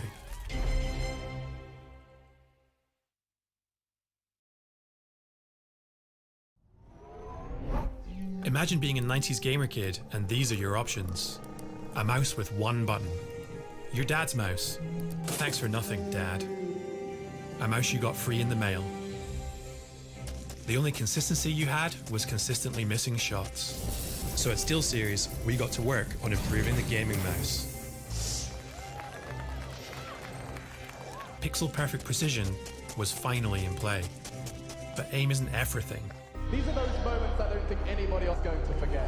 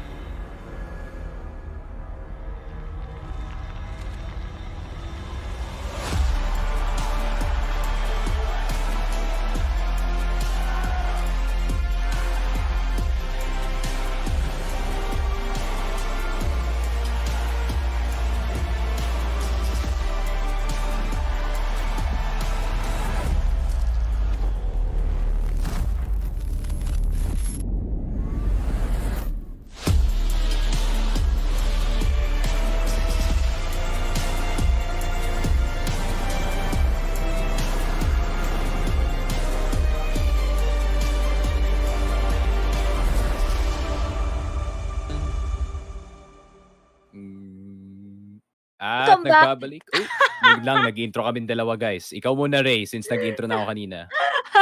Nagsabi ako sa'yo, hindi mo ata ako narinig. Hindi kita narinig 100%.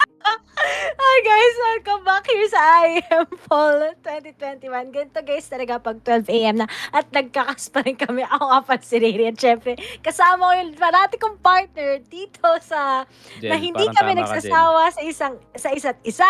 Kasama ko pa rin si Sneaky at ito na nga, game 2 na tayo sa best of 3 series ng Heroic versus OG. And quick recap, nanalo nga ang OG in Nuke even if medyo nag-struggle sila on the second half with a scoreline of 16-11. Sneaky, what are your thoughts in this upcoming map?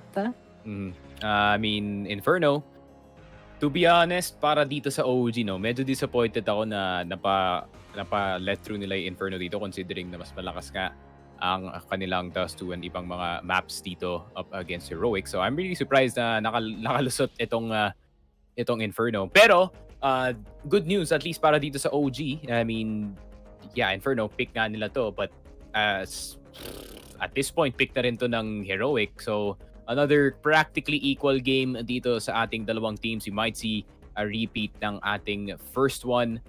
Medyo, less tricky siguro kasi mas controlled ang Inferno dito. It's not Nuke where, there's 10,000 angles you can get shot from either side. Itong Nuke, or etong Inferno, rather, you can do more creative stuff. Mas madami ka pang magagawa with the smokes, with the open skybox. There's no huge roof blocking yung sight. So, yeah, makikita natin kung ano yung creativity dito ng mga players going into this one. And mukhang B-side start, OG. I mean, this is really good news para dito sa OG, not gonna lie. Oh, almost forgot to plug the ARM Focus on Shopee, guys. 10% off sa The Armory. That's DARMFOCUS for 10% off doon nga sa The Armory Shopee shop. And first round, Heroic City side, just like I said, OG dito sa T side, P250 para dito kay Mantu. Other side, it is a CZ. Nade para dito kay Teses, and mukhang they're setting up for a B-side take. Alexi B, parang may clue yata siya na merong malapit na player dito. Yeah, oh, Flames will be denied lang this time around, but I think this is a good banana control executed by Heroic. This is pretty bad sa side ng OG. Dalawa na lang sila. They haven't planted the bomb yet. That Heroic will be backing off. Plus, I think Inferno, to add more of what you said earlier, is a good lineup map talaga. Kasi I mean, there's some lineups in Nuke, but then in Inferno talaga, it takes a lot of the setups. It's very important.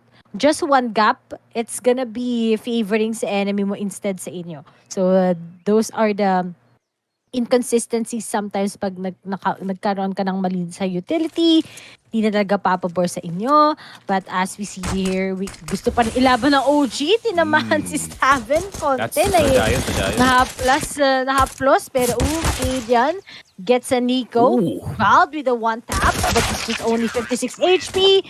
And Kadian gets it. Heroic, maybe they can define the first half of this game at gusto pa nila magkaroon ng Mirage. But if we take a look on the stats ng teams na to, Inferno is the best map so far ng OG, and they're more of a well-balanced team. It's a 49 to 53% kaysa sa Heroic na city side type of team talaga sila. But let's see. Pistol round pa lang naman sa OG, they usually lose a lot of pistol rounds.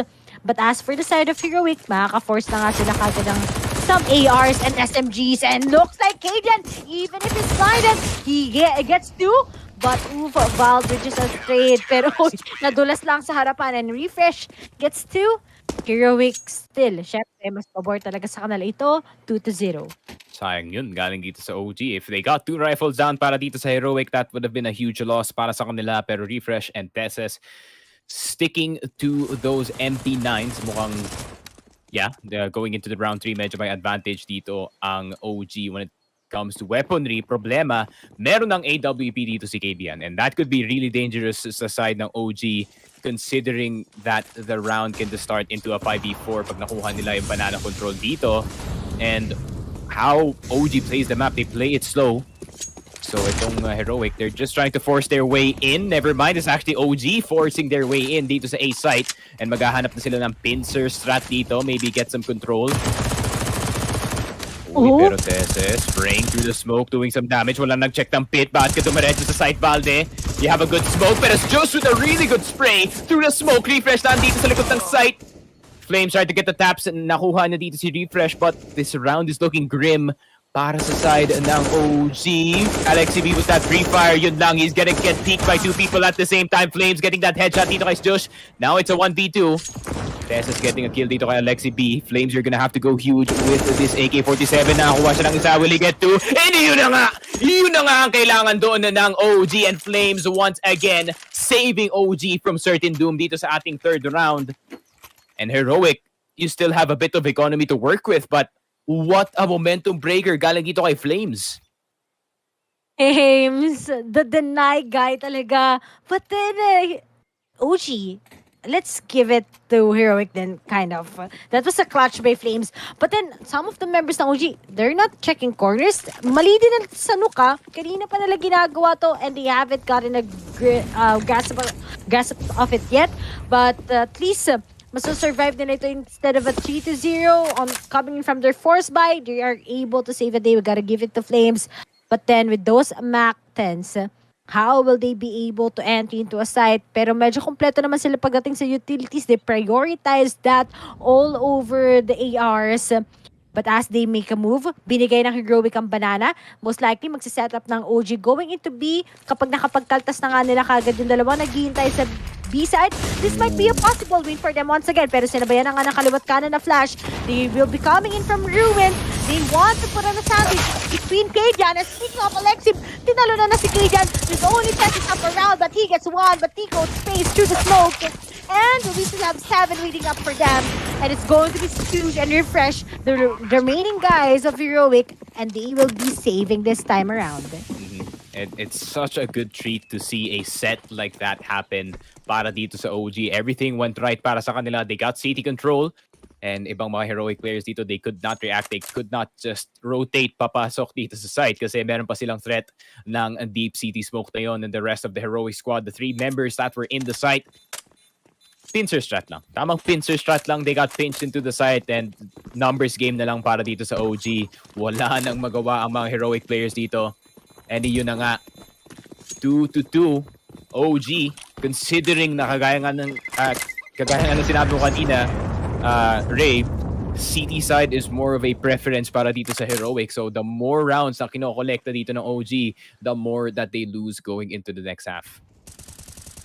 You don't want to give that to OG. Pero nga lang, Biruin mo, nag-pop ka ng 3 flash sa B-site. Tapos, ang ganda nung naging rotation nila. Hindi sila nag-commit kagad. Instead, they went into Ruins.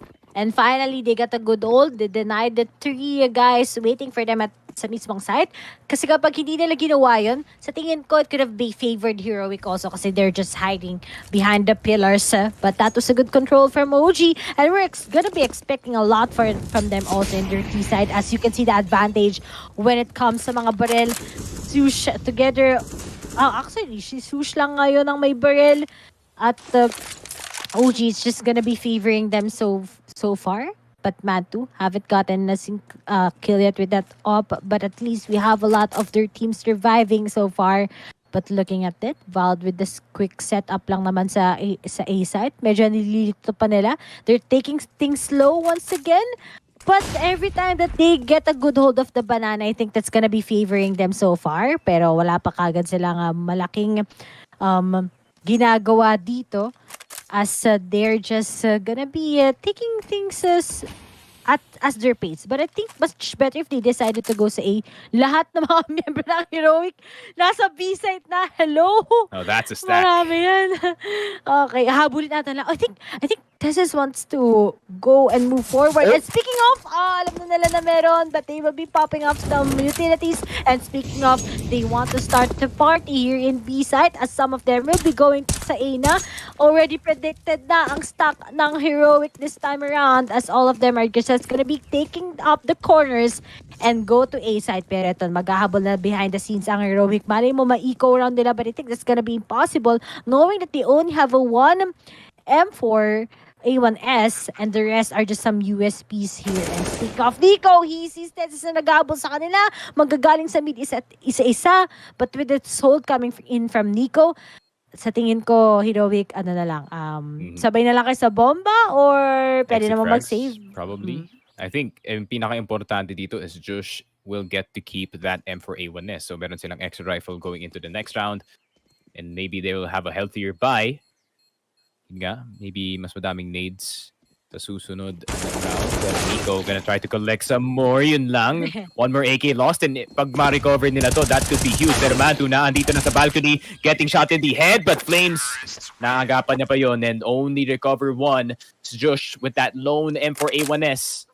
And OG, they take the lead dito sa T side. But this could go really south para sa OG if they do not expect Heroic to have this healthy of a buy. Pero mukha namang ina-expect nila. They seem to have a really respectful buy. Lahat ng utility needed to take a site. And para naman sa Heroic dito, medyo kulang pa. Especially dito kay Stauvin who only has a molly. Oh, never mind. He gets to buy the rest of his nades. I-refresh lang pala yung nawawala dito ng mga ibang nades. But he's usually the one going aggressive. So tinatapon niya na lahat early sa round. And he's gonna try to go for an angle. Pero looking at it, they won't be committing to banana anymore. Alam na ng Heroic that they usually go there. Kaya medyo nag-extend talaga sila ng players. But as of now, once kita-kita mo, they're just playing it passive na naman. They're taking a good hold dito sa apps. And that can be a favor sa side ng OG. But if Sush is just gonna be watching all over them at this angle, I think Heroic can finally save this and tie this up with a 3-3. Big shoutout sa mga nanonood na nagbe-bet dyan. Dami pa rin viewers kahit 12:21 AM na. Talagang mga OG fans yung iba dito. I think talaga pagdating sa LAN tournament, you gotta give it to the guys of OG. They have that much better advantage. Unless if Kaden will be able to save the day sa Heroic. I'm expecting much more from him. Pero buti na lang. Tamang-tama yung Kobe na yun. Flames and together with Alexi. Nabawasan na nga sila sobra-sobra. Staven pops out that smoke. Delaying so much for the side of OG. Tumawid lang siya this time around. But hasn't gotten a move yet. 30 seconds na lang to How will OG make a move once again? Pero mukhang magsiset up na sila. They need to commit it. It's now or never game. And taking off, he sees the one. And Tessus with the crossfire itself. It was too late to apologize aside ng OG. And it's gonna be looking better. Heroic. And that's it. Yep, miscommunication dito sa side ng OG. That flash from Nico. Bulag yung dalawang members dito ng OG. And it was just an easy pick para sa side ng Heroic. Basically, everyone was just blind trying to get into the site and refresh as well. Sumama pa yung mga ibang flash dito ng Heroic. OG, they did not know where to dodge and they were just seeing white as they entered the site. And yun lang. Heroic get one back, pero OG, meron pa naman silang buy dito and they can make a set happen, but Heroic answering this quickly. No, I think we're gonna be in for a really, really close game. I don't think this is a 19, ano. Joke lang.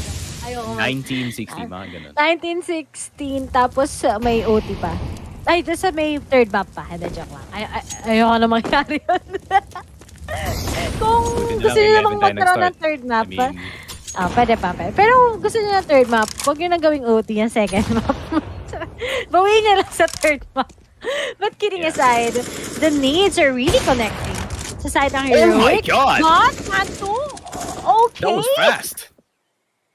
Oh, binibigla tayo ng OG. Okay. This is really crazy, Manto. Unti-unti na nag-iinit. We're seeing the light of OG this time around. But Refresh gets an eco. But at least we have Flames and Alexi B together with Valve to save the day, as we only have Tesses and he needs to save that. Yan na nga. Magsisave na lang talaga siya. Ayaw mong gumastos. Bigay pa yung kill na yan. Plus yung M4A1S. Siyempre, pupulutin ng OG yan. And that's it.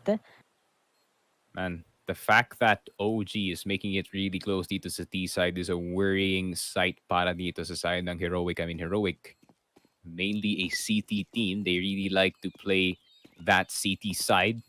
So, OG collecting this much rounds, and especially yung nature ng mga rounds na kung paano sila nagpa-back and forth. No one's lost bonus is going up. So, mababa talaga ang salary ng mga ibang players dito when it comes to that next round. And nakikita naman natin 3.1k, 3.3k, 3.7k for both Kadian and kay Refresh dito. Economy not looking too great. But this first flick, grabe. Ang bilis lang talaga ni Mantu. Si Manto sobrang consistent. Grabe. Pero at least consistent na si Kadian ngayon compared sa Nuke talaga. Sobrang daming missed shots na napaka-importante. But then, looking at OG side, the fact that it's already 4, it's really big. But then, it's a 15 round of first half, syempre. Kaso nga lang, they take it slow na naman once again. Kapag tinake slow na OG, kailangan nila kailangan nila mag-decision kagad for the, after that one, kapag 1 minute na lang. Kasi kapag na-stuck sila 30 seconds, sobrang basang-basa na sila ng Heroic, tapos sobrang dami ng missed calls na nangyayari. But right now, they want to set up going into B side, but I think that's what they're doing once again. Taking their time slow. Kapag nakapatay sila ng isa, most probably, kaya nakapatay sila sa malapit sa A-side, that's where they're gonna be coming already. And speak of, Alexi B gets the move, and Sush, What? to the smoke by Valde? Good What? pre-fire. That's for sure. I mean, napaka-common na spot na yun, but I wouldn't expect him to actually hit the shot. So, Heroic back on the save. 5 na para dito sa OG, and they're already out. So, hypothetically lang pag manalo pa dito ang Heroic ng 10-5, there's still a lot of leeway para dito sa OG dito sa second half. But the more that OG is scoring dito, the more that Heroic is losing. And itong Flames, he's just gonna chill dito sa base, and mukhang pure save lang dito. Game time para sa side ng Heroic, and they're just gonna stay dito sa cons. And this is like the first 2-point lead in a while dito sa game. Alam mo, ito na yung ito na naman yung OG sa ginagawa nila eh. Pero side naman ng Heroic, I think hirap na din talaga mag-retake versus OG sa A-side talaga. Plus, you need to prioritize kasi it has been expensive so far sa Heroic. But I think that loss bonus will still maybe force out of the utilities from Sush together with Refresh. Okay, maybe. Pero sa tingin ko, di nila. Oh, mukhang magdudua Barretas dito si Sush plus that smoke together with Refresh. Maybe they can change the tides of the game. Score ng map 1, 16-11, Mike Montealto. Nakahabot pa yung Heroic dahil sa isang round na si Alexi B. Hello? But at least, nakakuha pa rin naman nila yun. Yun naman ang pinaka-importante. At the end of the day, you need to get those presets. But will this be a reset also from Heroic in this round? As they're gonna be forcing out of themselves still? That's what we need to watch out for. And definitely need to watch out for. Naka-duelist dito si Shush for some reason. So maybe he's trying to get some multiple frags pag, if he does spot 1 out or 2, para dito sa OG, but 9 times out of 10, they're just gonna turn around and shoot him in the head. Uy, pero onting spam, natatamaan si Flames dito sa banana. And para naman sa OG, uy, may boost dito si Tesses, the pre-fire. Medyo natakot na. I mean, that free fire is really scary. Galing sa side ng OG, I think warning yan galing kay either kay Alexi B or kay Flames or kay Valde not to peek or not even to breathe remotely near this short location. Pero yun lang, A side is filled with CT players trying to push, and I think alam to ng OG. And they're gonna file back to B, pero yun yata, Alexi B is gonna try to start the push. Uy! Really quick trade galing dito kay Mount2 and Flames. Pero refresh, he's just gonna run down Nico with the dualies. Getting one. Dalawang headshot, Molotov, lahat. Mount2, yun lang. Ikaw yung sunod na biktima! He flicks back! And he gets Flames as well. Teka lang! Refreshing the economy here para dito sa Heroic. Refreshing the hope that they can get this round. Free Fire is gonna come in. Valde getting the kill dito kay Refresh. Pero Tesses, yun lang. KDN nasa side using the USP. And is gonna work out in his favor. Refresh once again saving itong Heroic. Doing some heroics for Heroic.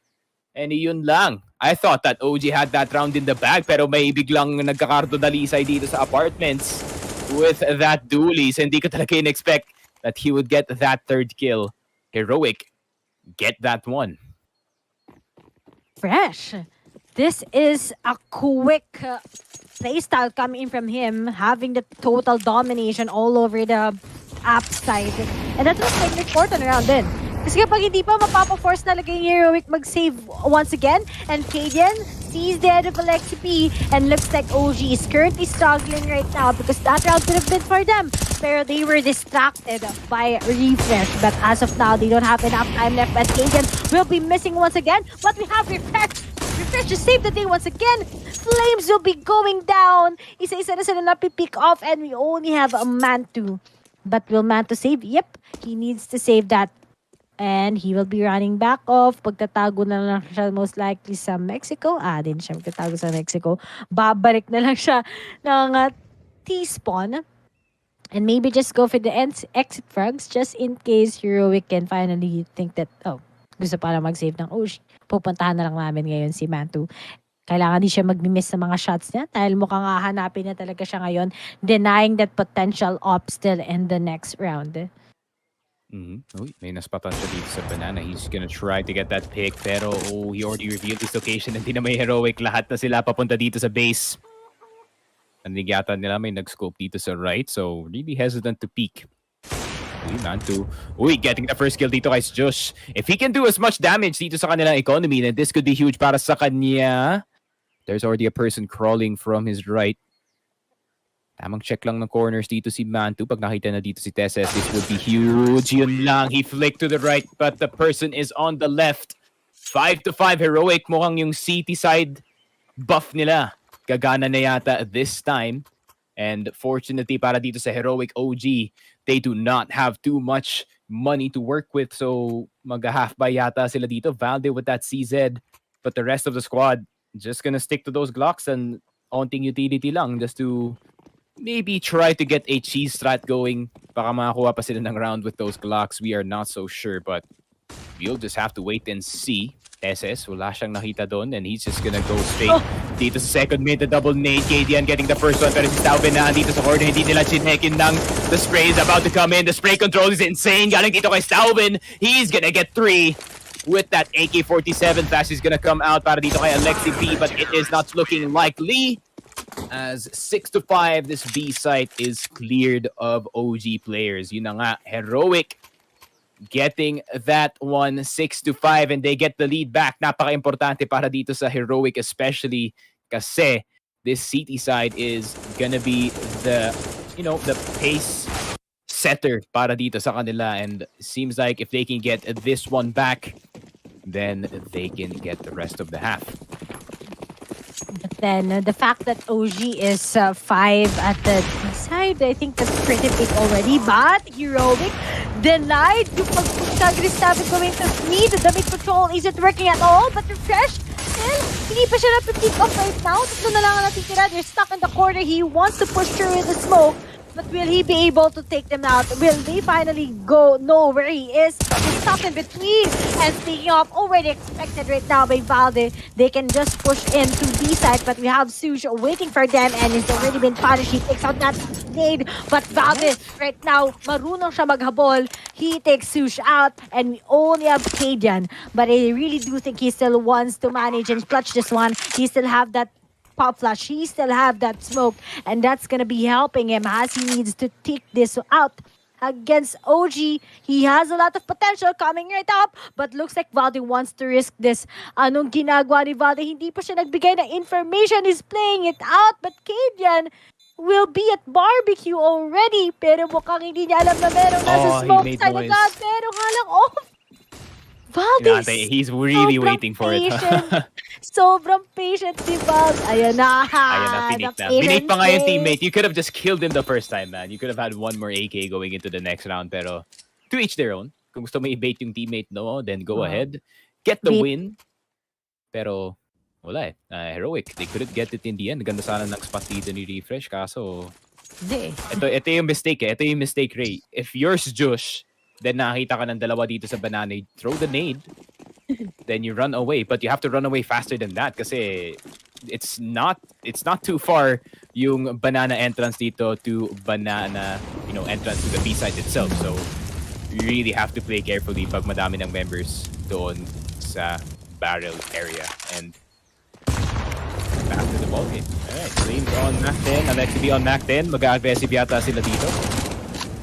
I think OG has learned their lesson to always check the sandbags. That has been a big anchor instead. But they want to commit so quick.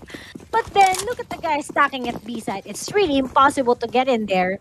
And speaking of, tatlo na lang kagad sa kanila. They have kind of small utilities to use. And they need to maximize this utilities that they have. But speaking of, they all know that there's someone at now that's going to be huge himself. But Refresh at the blue side now. He gets a Nico.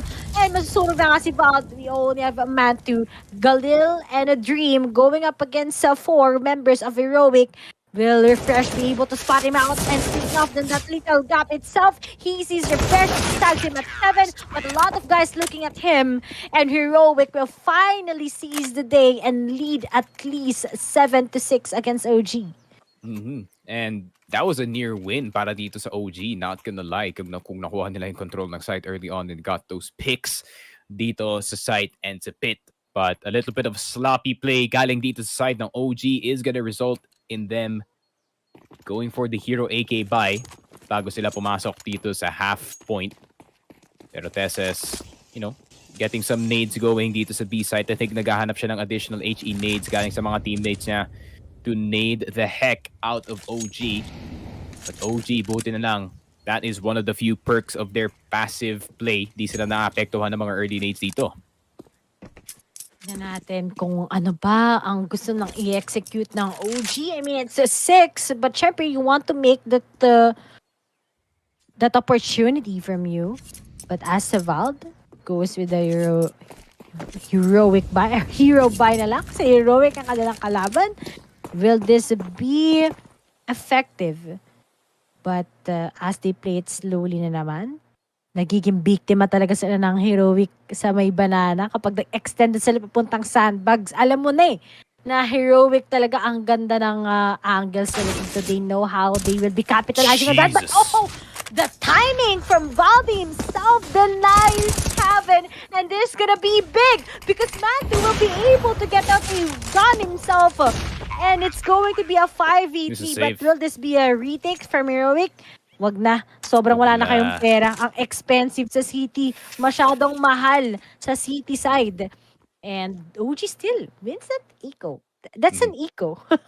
That's an eco. Like, I mean, that first kill really opened things up para dito sa OG. That initial headshot dun sa city player really made Heroic lose control of the rest of the site. And ang ginawa na lang ng mga ibang OG members dito, Mantu just running into CT, knowing na medyo caught off guard pa ang mga ibang defenders dito sa A site.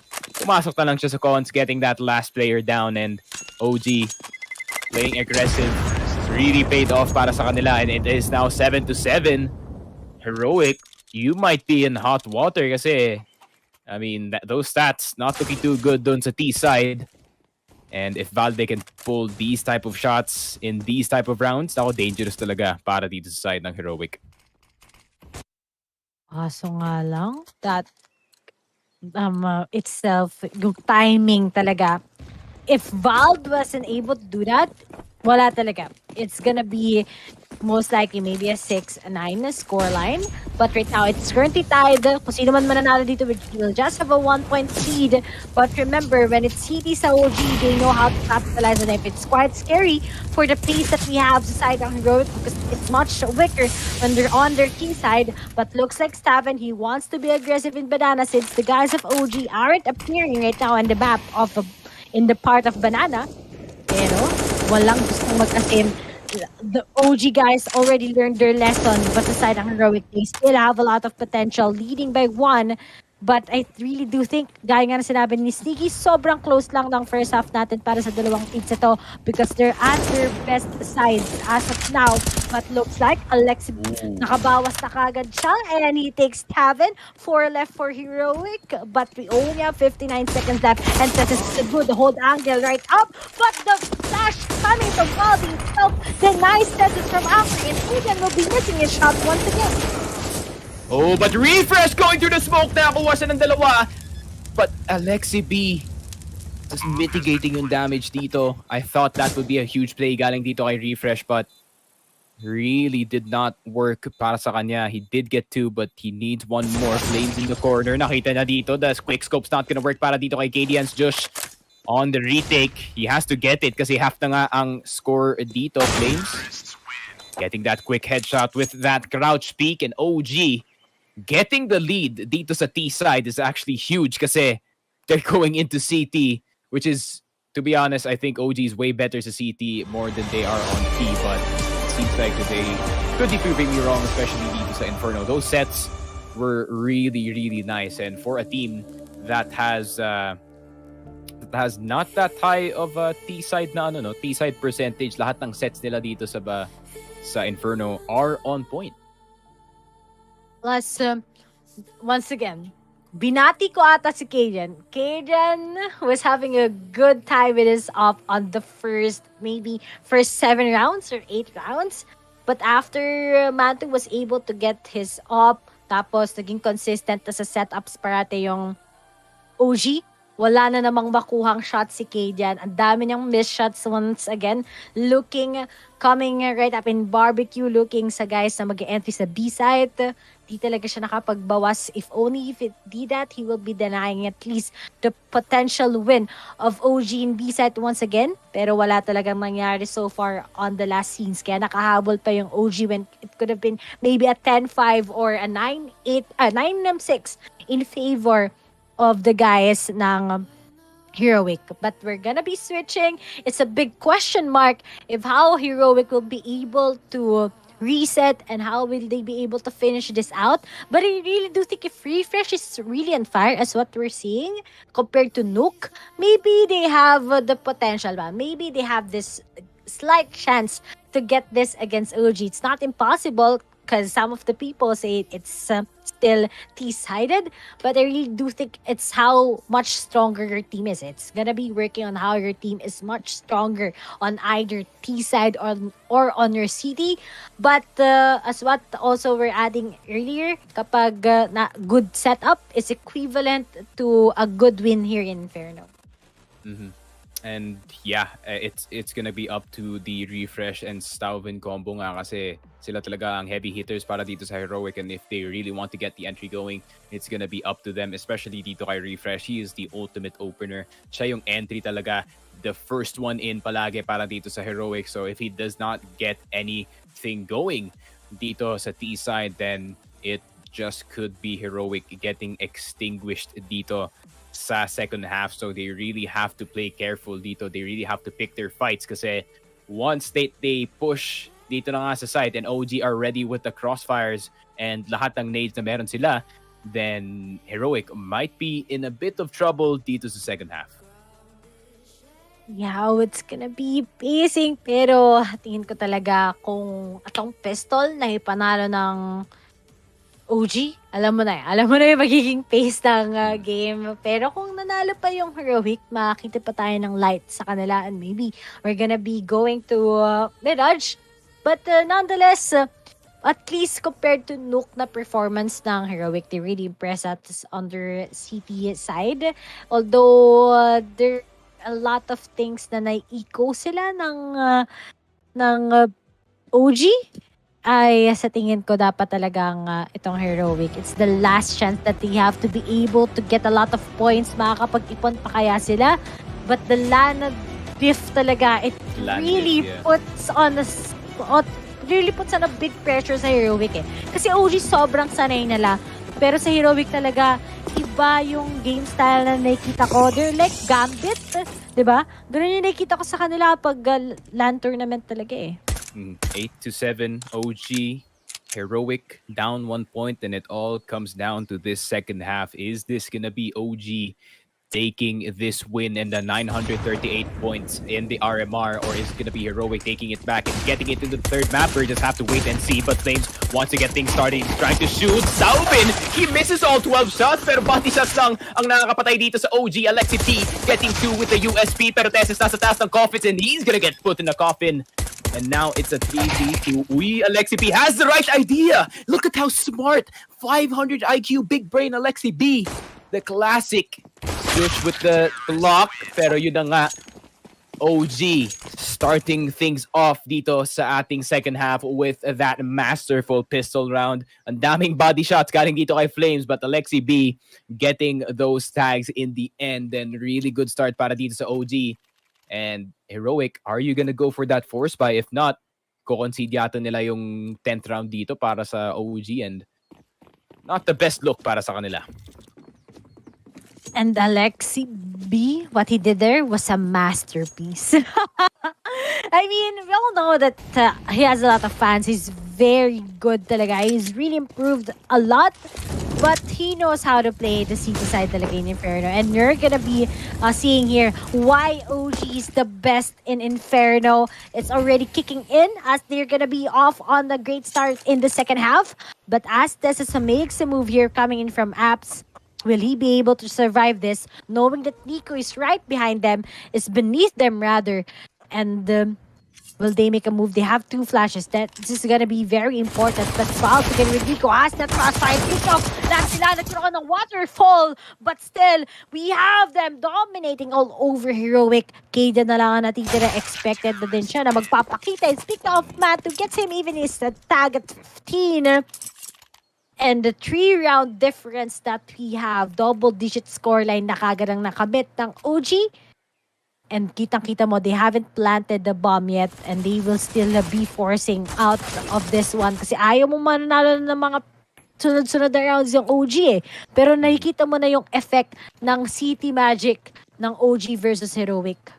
Yeah, and OG doing a really good job dito sa kanilang CD side. I mean, it's their favorable side, so not really much of a surprise galing sa kanila that they're pulling out these type of strats. But really, waterfall sa eco round, I mean, a single flash. I don't know. Heroic doing their best Lemmings impression, just jumping off the cliff into inevitable death. Medyo dark, pero reference yun. OG.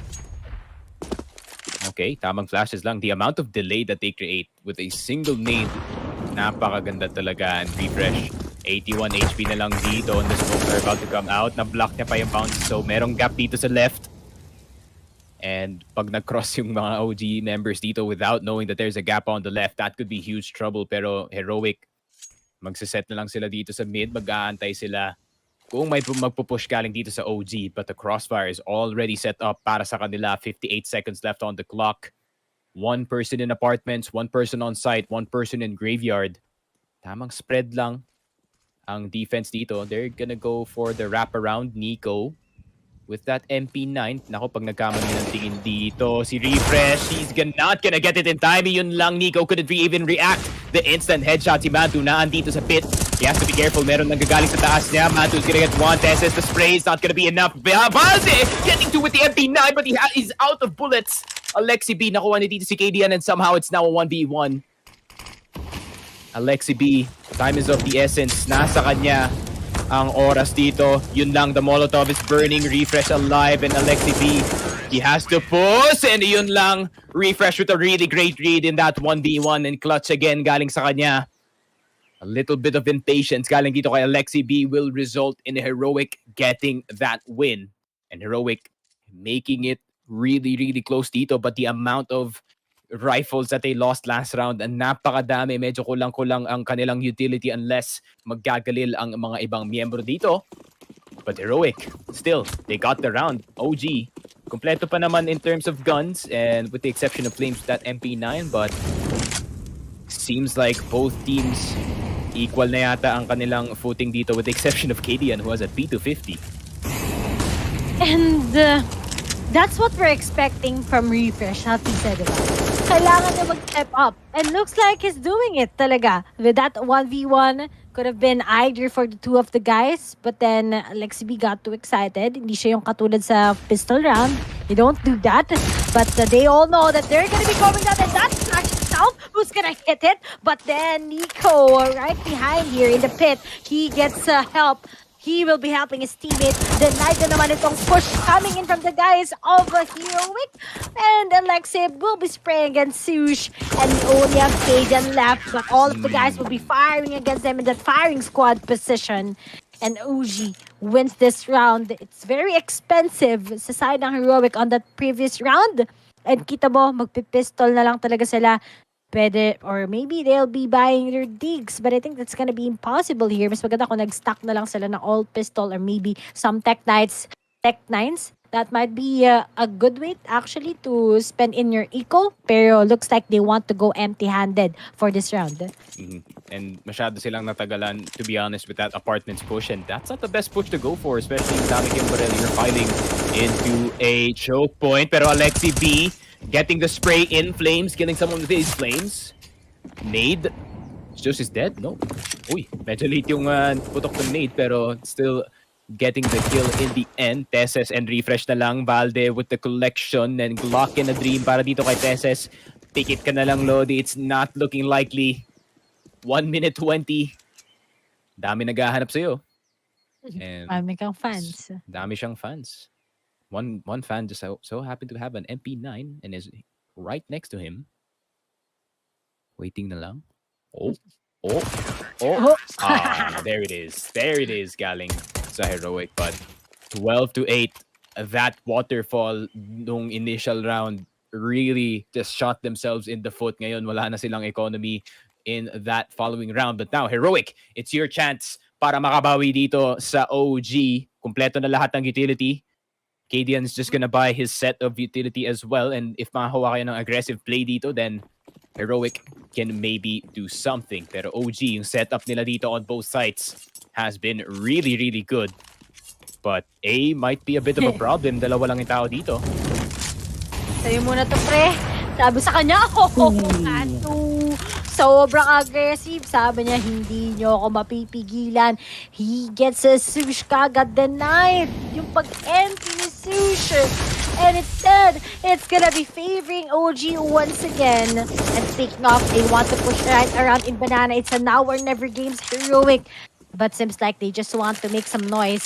And they will be backing off. But still making a lot of decisions along the way as they're currently trapped by OG on both sides. But Tesset, it's gonna be a miracle shot coming from him. Maybe it might be possible for Heroic to still get this. Pero wala pa ring mga malalaking pangyayari. Pasumakto yung nade sa harapan is Taven. And it's gonna be low to 58. Pero slowly but surely na ang galaw ng Heroic this time around, capitalizing on their setup. They have to Really weird to see when flush nades are getting dropped. I swear. Oo nga. Sobrang hindi. Hindi na yung It's like, here's a nade. Oh my god, I didn't know that actually is a thing. But Molotov is gonna go down, and Alexi B nakasunog na ng dalawa dito. Kadian. Yun lang. All it took was a flame from a Molotov cocktail galing dito sa side ng OG just to delay in time. And Ray, do you think may chance pa dito yung Heroic? Be honest. wala na. Wow, okay. I'll be See, look at this straightforward. bias caster with me. I always knew oh, Heroic, always, you know. Yeah. Coming from me.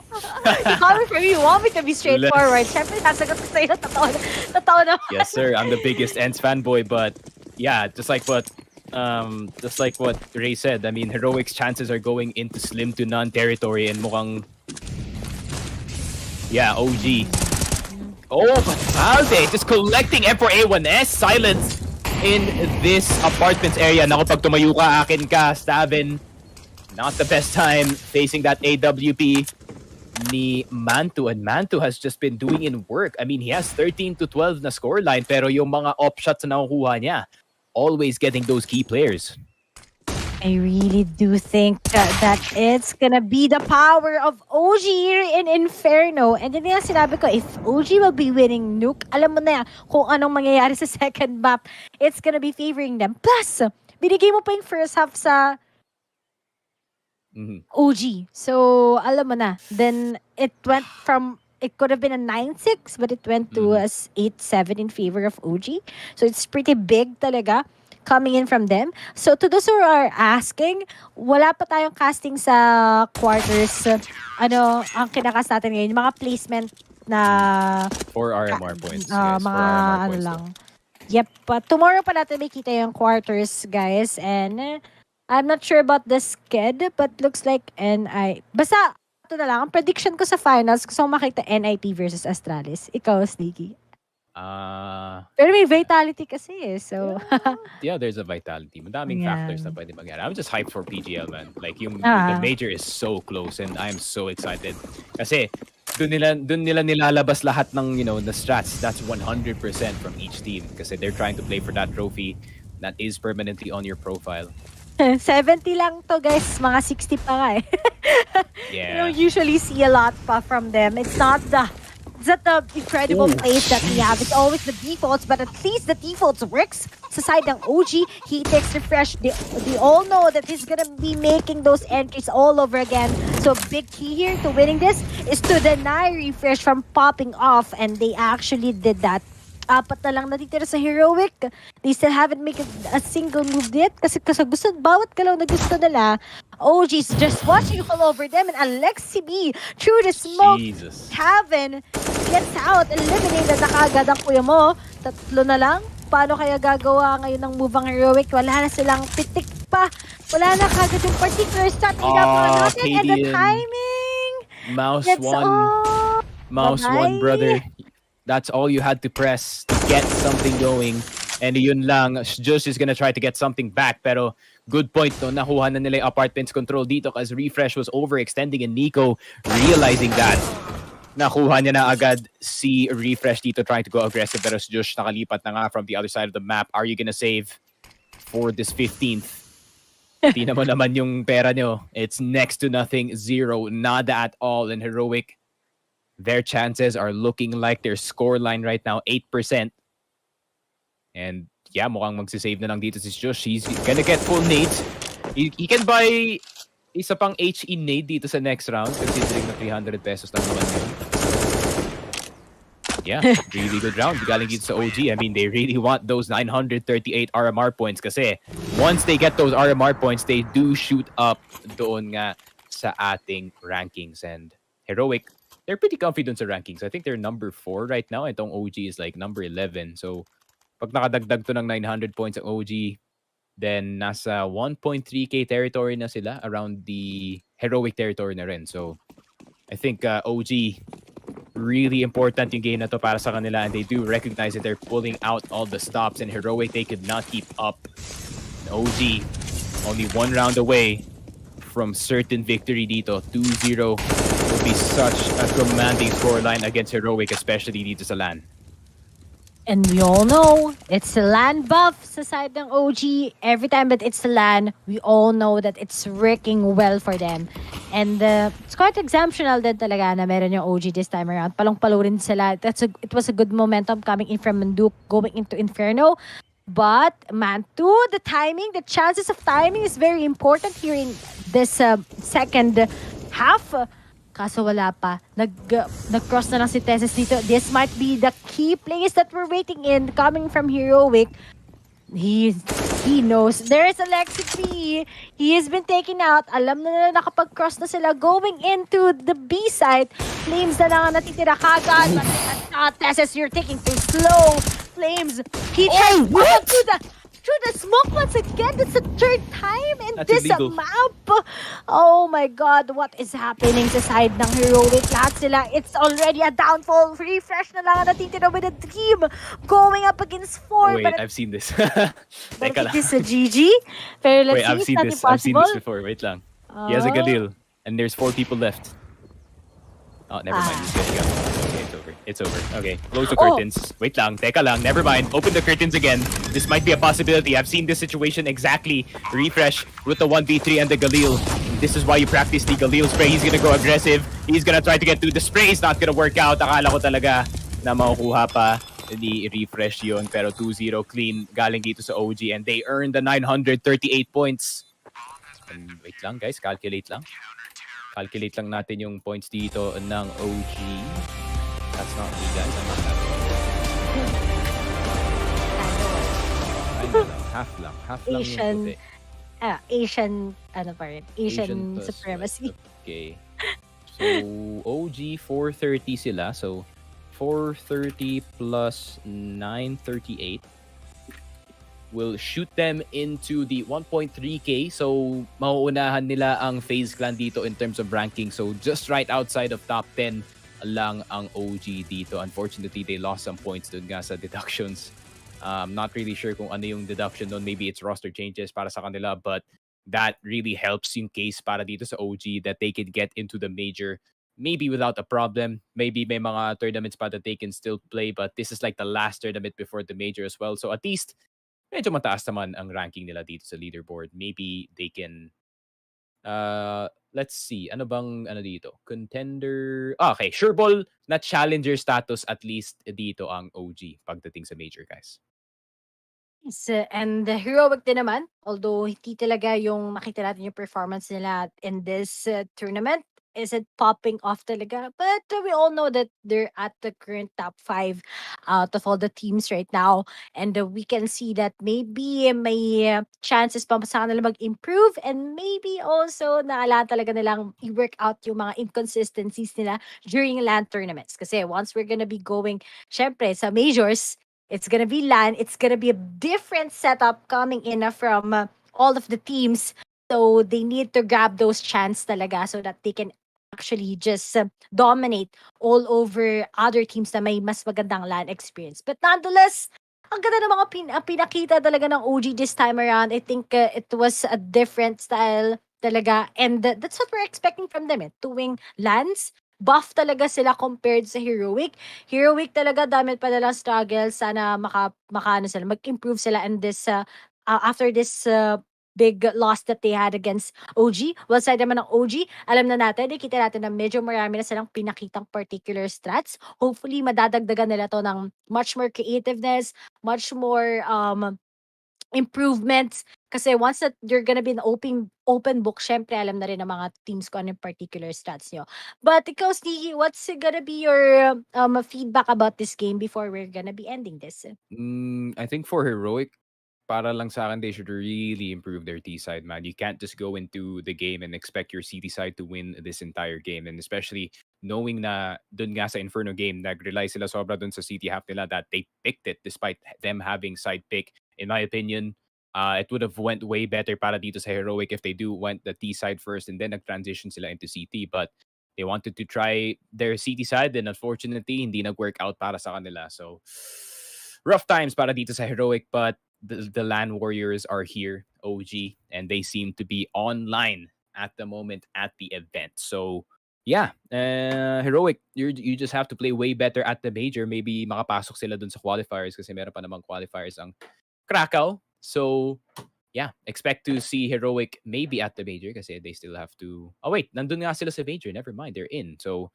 nandun sila sa challenger status at least. So, we're gonna see more Heroic action at the major, guys. But I think that is it para sa amin dalawa ni Ray Sneaky Frogcasts on my socials, not Instagram, Twitter and Facebook. Para naman kay Ray. Para saan guys? Sa fb.gg/replays if you want to follow me on Twitter at Rachel Garrido. But yeah, this has been what we're casting right now sa mga placement points ng ibang mga teams to be able to get their RRs. But the real action will be starting tomorrow as we're gonna be seeing already the quarterfinals. Don't forget guys, each day kasi dalawa-dalawa lang. So medyo simultaneously siya mangyayari. But still, hope we're gonna be seeing you tomorrow for the set of games that we have. Once again, this has been IEM of Fall 2021. We are your shotcasters. I am Nene, and of course, join me here, Sticky Frog, and see you tomorrow in the quarters. These are those moments I don't think anybody else is going to forget.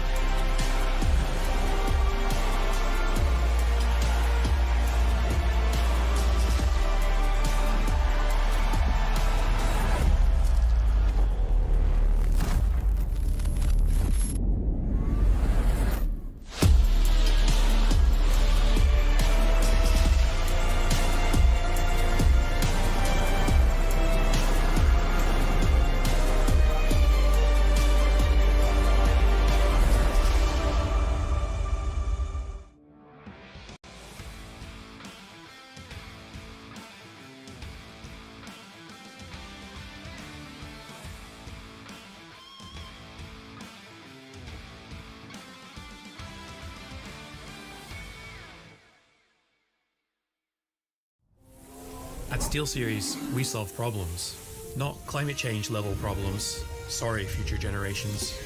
Video game problems. Like when gamers communicated by taping microphones to their faces. Seriously? So we had an idea. Attach mic to headset. The gaming headset was born. Sounds good, right? Well, yeah, but not as good as it could. So we brought high fidelity audio to gaming. We didn't do it for the awards.